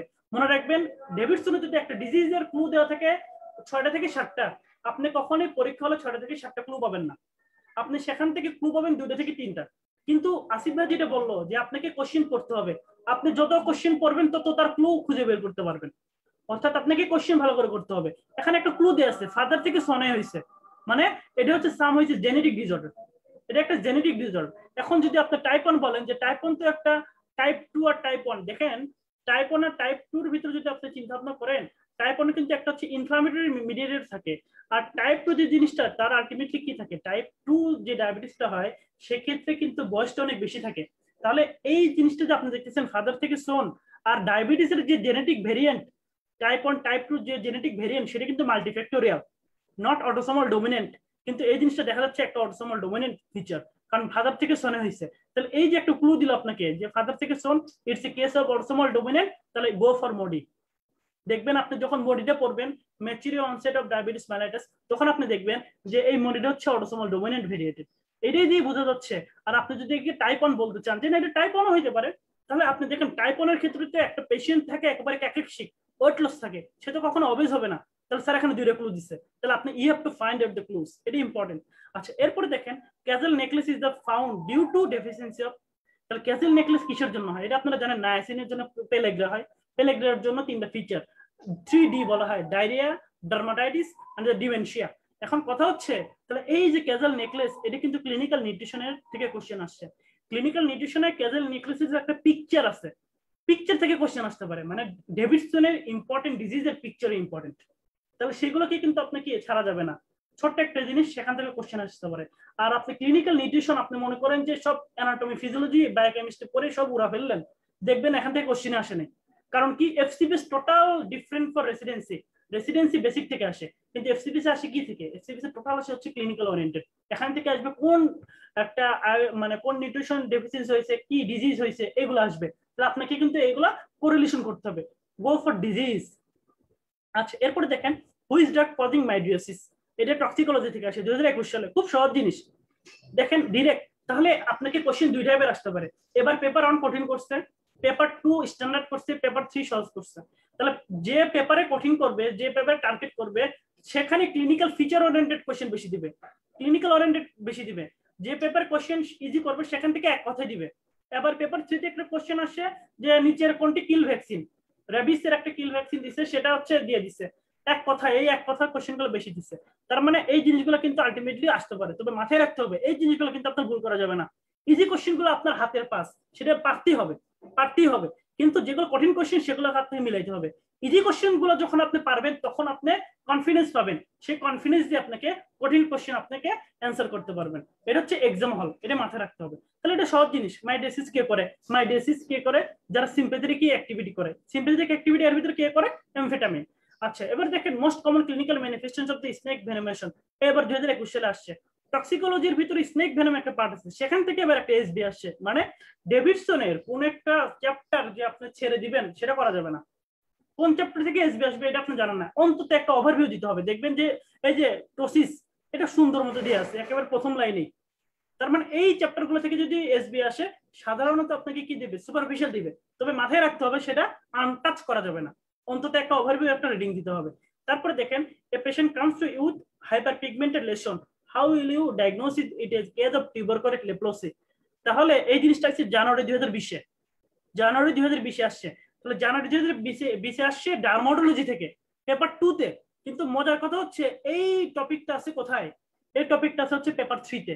পেপার 3-তে হচ্ছে ইনফেকশিয়াস ডিজিজ, ইনফেকশিয়াস ডিজিজে থাকে লেপ্রোসি, সেই লেপ্রোসির একটা জিনিস এখানে দিয়ে রাখছে। কিন্তু এটা মানে আলটিমেটলি জিনিসটা কি মিলানো যাচ্ছে কার সাথে, ডার্মাটোলজির সাথে দিয়ে দিছে। ঠিক তেমনি মনে করেন মেনিনজাইটিস, মেনিনজাইটিস আছে পেপার 1-এ, পেপার 1-এ নার্ভাস সিস্টেমের most important topic for SB and true false. কিন্তু মেনিনজাইটিস কিন্তু আপনাকে পেপার 3-তে দিতে পারে, কারণ it's a case of infectious disease. এই যে কোরিলেশন, এই জিনিসগুলো কিন্তু আপনাকে মাথায় রাখতে হবে, যে একটা পেপার পড়তেছি আর একটা পেপার ছাড়বো সেটা মাথায় রাখা যাবে না, মাল্টি সিস্টেম থেকে আসতে পারে। আর যখন এই রিলেটেড মানে আলটিমেটলি মিল থাকতেছে, এই জিনিসগুলো কিন্তু আপনার কি ফাইন্ড আউট করতে হবে। এইটা হচ্ছে আলটিমেটলি কোশ্চেন। তাহলে দেখেন কোশ্চেন যদি আমি অ্যানালাইসিস করে দেখি, কোশ্চেন গুলো প্রত্যেকটা ডেভিডসন থেকে আসছে, কোশ্চেন গুলো ডেভিডসন থেকে আসছে, সামহাউ ডেভিডসনের জিনিসগুলো ঘুরে দিচ্ছে। তাহলে আপনাকে কি করতে হবে, আপনাকে at first Davidson, go for Davidson. 2 number, আপনাকে কোন এসবি বই প্র্যাকটিস করতে হবে, একটা অথবা দুইটা। যদি হাতে সময় পান 5 মেডিসিন, এটা আমার আপত্তি নেই, 5 মেডিসিনে যান, কিন্তু আগে কোথায় যেতে হবে, আগে ডেভিডসনে যেতে হবে, দেন 5 মেডিসিন যান। কিন্তু আমার অ্যাডভাইস থাকবে আপনারা সিনাপসের যেটা আলটিমেটলি আমাদের যে বইটি আছে, কারণ আমরা এমন ভাবে করছি যেন ওই বইটার প্রথম থেকে শেষ পর্যন্ত যদি আপনি ডেভিডসন পড়েন, পড়ার পরে আমরা ওই ইম্পর্টেন্ট টপিক অনুসারে সাজাইছি, ওই রিলেটেড কি কোশ্চেন আসতে পারে সেগুলো বলছি, বলার পরে এক্সপ্লেনেশন ডেভিডসনের গুলাই তুলে দিচ্ছে। তাহলে আপনি একসাথে 3-4 রিভাইজ হয়ে যাচ্ছে, এটা আপনাকে আলটিমেটলি কনফিডেন্স দেবে। তারপর 3 নাম্বার আপনি কি করবেন, এক্সামিনেশন দিতে হবে। আপনি সব পড়লেন, পড়ার পরে আপনি বসে থাকলেন, এটা কাজ হবে না, আপনাকে গো ফর এক্সামিনেশন, আপনাকে এক্সামিনেশন দিতে হবে নিয়মিত। যখন এসবি এক্সামিনেশন দিবেন, এক্সামিনেশন প্র্যাকটিস করবেন, তখন আপনি একটা কনফিডেন্স দেখবেন, কারণ যত বেশি এসবি পরীক্ষা দিবেন তত বেশি আপনি ক্লু ফাইন্ড আউট করতে পারবেন। আর যত বেশি আপনাকে এই লেভেলে এফসিএস পরীক্ষার আগে এসবি নিয়ে যখন আপনি কনফিডেন্ট গ্রো আপ করবেন, কনফিডেন্স থাকবে না আর এসবি তো আমি পারি, মোটামুটি কোশ্চেন পরীক্ষা দিলাম বেশ ভালো, এই কনফিডেন্সটা আপনাকে হেল্প করবে আপনার কোথায় মেইন পরীক্ষার জন্য। আলটিমেটলি এইটা হচ্ছে আমার মনে হয় যে এইভাবে যদি আপনারা ভালো একটা প্রিপারেশন নেন, ইনশাল্লাহ ভালো করবেন। আর ইনশাল্লাহ আপনাদের তো আমাদের আরো অ্যারেঞ্জ আছে, কিছু সেমিনার থাকবে, আরো এসবি আরো আমাদের ক্লাস থাকবে, ভাইরা নিবে অবশ্যই, তাহমিদ ভাই, আসিফ ভাইয়ের মতো এক্সপিরিয়েন্স দিবে, ইনশাল্লাহ আপনারা লাভবান হবেন। আসসালামু আলাইকুম, জাযাকাল্লাহু খায়ের। হ্যাঁ ফাহিম ভাই। ধন্যবাদ ডক্টর রাশিদুল আজম খান সজীবকে। আসলে আমরা আরো অনেক ডিটেলস শুনতে অনেক ভালো হতো, কিন্তু আসলে যেহেতু রমজান মাস, আমাদেরও সময় হয়ে গিয়েছে, প্লাস নির্ধারিত একটা সময়ের মধ্যে আমাদের শেষ করতে হয়। তো আশা করি আলহামদুলিল্লাহ আজকের খুব সুন্দর একটি গাইডলাইন প্রোগ্রাম হলো, এসবিএনই ডিসকাশন প্রোগ্রাম হলো, যেখানে আপনারা তিনটে পেপারেরই মোটামুটি একটা বেসিক আউটলাইন পেলেন, যেখানে এসবি এর আসলে বেসিক আইডিয়া, এসবি এর গুলো কোথা থেকে হয়, কোন কোন টপিক গুলো থেকে সাধারণত হয়, সেগুলো কিভাবে অ্যান্সার গুলো করার সময় আপনারা কি কি জিনিসগুলো ভাববেন, ওভারঅল একটা কিন্তু সুন্দর একটা আইডিয়া আশা করি আপনারা পেয়েছেন, এবং আশা করি আপনারা এটা কাজে লাগাতে পারবেন।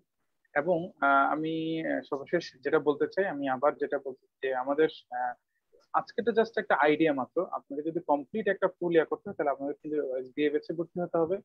আমাদের যে নতুন এসবিএ ব্যাচটা 25 তারিখ, যেটা অলরেডি বলেছি আমি, সেই ব্যাচে আমরা 12টা এসবিএ ক্লাস রাখবো। এরকম টোটাল প্রত্যেকটা ক্লাসে 50টা করে এসবিএ ইলাবোরেটিভ আলোচনা হবে, আর অনেক ইলাবোরেটিভ আলোচনা হবে। টোটাল 600টা এসবিএ কোয়েশ্চেন আলোচনা হবে।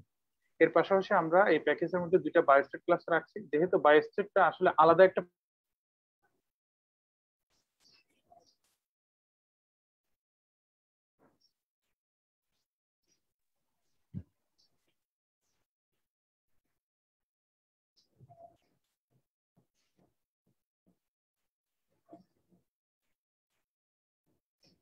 আপনারা যদি চান যে আলাদা আলাদা, আপনারা তাহলে শুধু আলাদা করে মক টেস্টের জন্য ভর্তি হতে পারবেন, আলাদা করে বায়োস্টেটের জন্য ভর্তি হতে পারবেন, আলাদা করে এসবিএর জন্য ভর্তি হতে পারবেন। আমাদের ব্যাচটা একসাথে আর কি কম্বাইন। ধন্যবাদ সবাইকে। আর আমাদের একটা কোয়েশ্চেন এসেছে যে ওয়ান এক্সাম নামে একটা বই, আসলে আমরা আলাদা করে কোনো মার্কেটিং বই করি না। তবে যদি আপনি আরো খুব ভালো সময় নিয়ে পড়তে চান তাহলে পাস মেডিসিন পড়তে পারেন। এর বাইরে আপনি যদি যে কোনো একটা ডেভিডসন বেসড একটা এসবিএ অবশ্যই পড়তে পারেন, প্রেফারেবল। তো আমরা যেহেতু আমাদের যে বইটা আমরা বের করছি, একজন জিজ্ঞেস করছেন এসবি বইটা কখন পাবো, আমরা আসলে বইটা নিয়ে ডেভিডসন আমরা চাইলে বইটা অনেক আগেই করতে পারতাম, এটা অনেক আগে আমরা দেওয়ার কথা ছিল, কিন্তু আমরা চাচ্ছি একটা বই যেটা খুবই একটা স্ট্যান্ডার্ড বই হবে, যেহেতু আমাদের বাজারে কিন্তু পাস মেডিসিন মতো বই আছে আর অনেক বই আছে, সুতরাং আমাদের সিনাপস থেকে আমরা যেটা বের অবশ্যই সেটা না অনেক স্ট্যান্ডার্ড লেভেলের হয়। এজন্য আমরা মাল্টিপল টাইমস আমরা ক্রস চেক করেছি, আমরা বারবার প্রুফ রিডিং করেছি, যাতে করে একটা স্ট্যান্ডার্ড বই আপনাদেরকে দিতে পারি। তো আশা করি অলরেডি আমরা বইটা প্রেসে দিয়েছি, ইনশাল্লাহ আমরা হয়তো প্রেস থেকে চলে আসলে আপনারা ইনশাল্লাহ পাবেন। করোনা একটু লকডাউনের কারণে একটু কাজটা একটু ধীরগতি হয়ে গেছে, তো আশা করি এই মাসের মধ্যে ইনশাল্লাহ পাবেন। এবং এটার জন্য যারা অপেক্ষায় আছেন, আশা করি আপনারা এই মাসের মধ্যে আমরা বইটা দিতে পারবো আপনাদেরকে। ধন্যবাদ সবাইকে। আজকের এই এসবি ডিসকাশন প্রোগ্রামে সেই 3টা থেকে অনেক আপনারা প্রোগ্রামটি করছেন, আপনাদেরকে অসংখ্য ধন্যবাদ সিনাপস মেডিকেল একাডেমির পক্ষ থেকে, এবং সিনাপস মেডিকেল অঙ্গনে আপনাদেরকে স্বাগতম। এই বলে আমি আজকের ডিসকাশন প্রোগ্রাম এখানে শেষ করছি। আসসালামু আলাইকুম ওয়া রাহমাতুল্লাহ।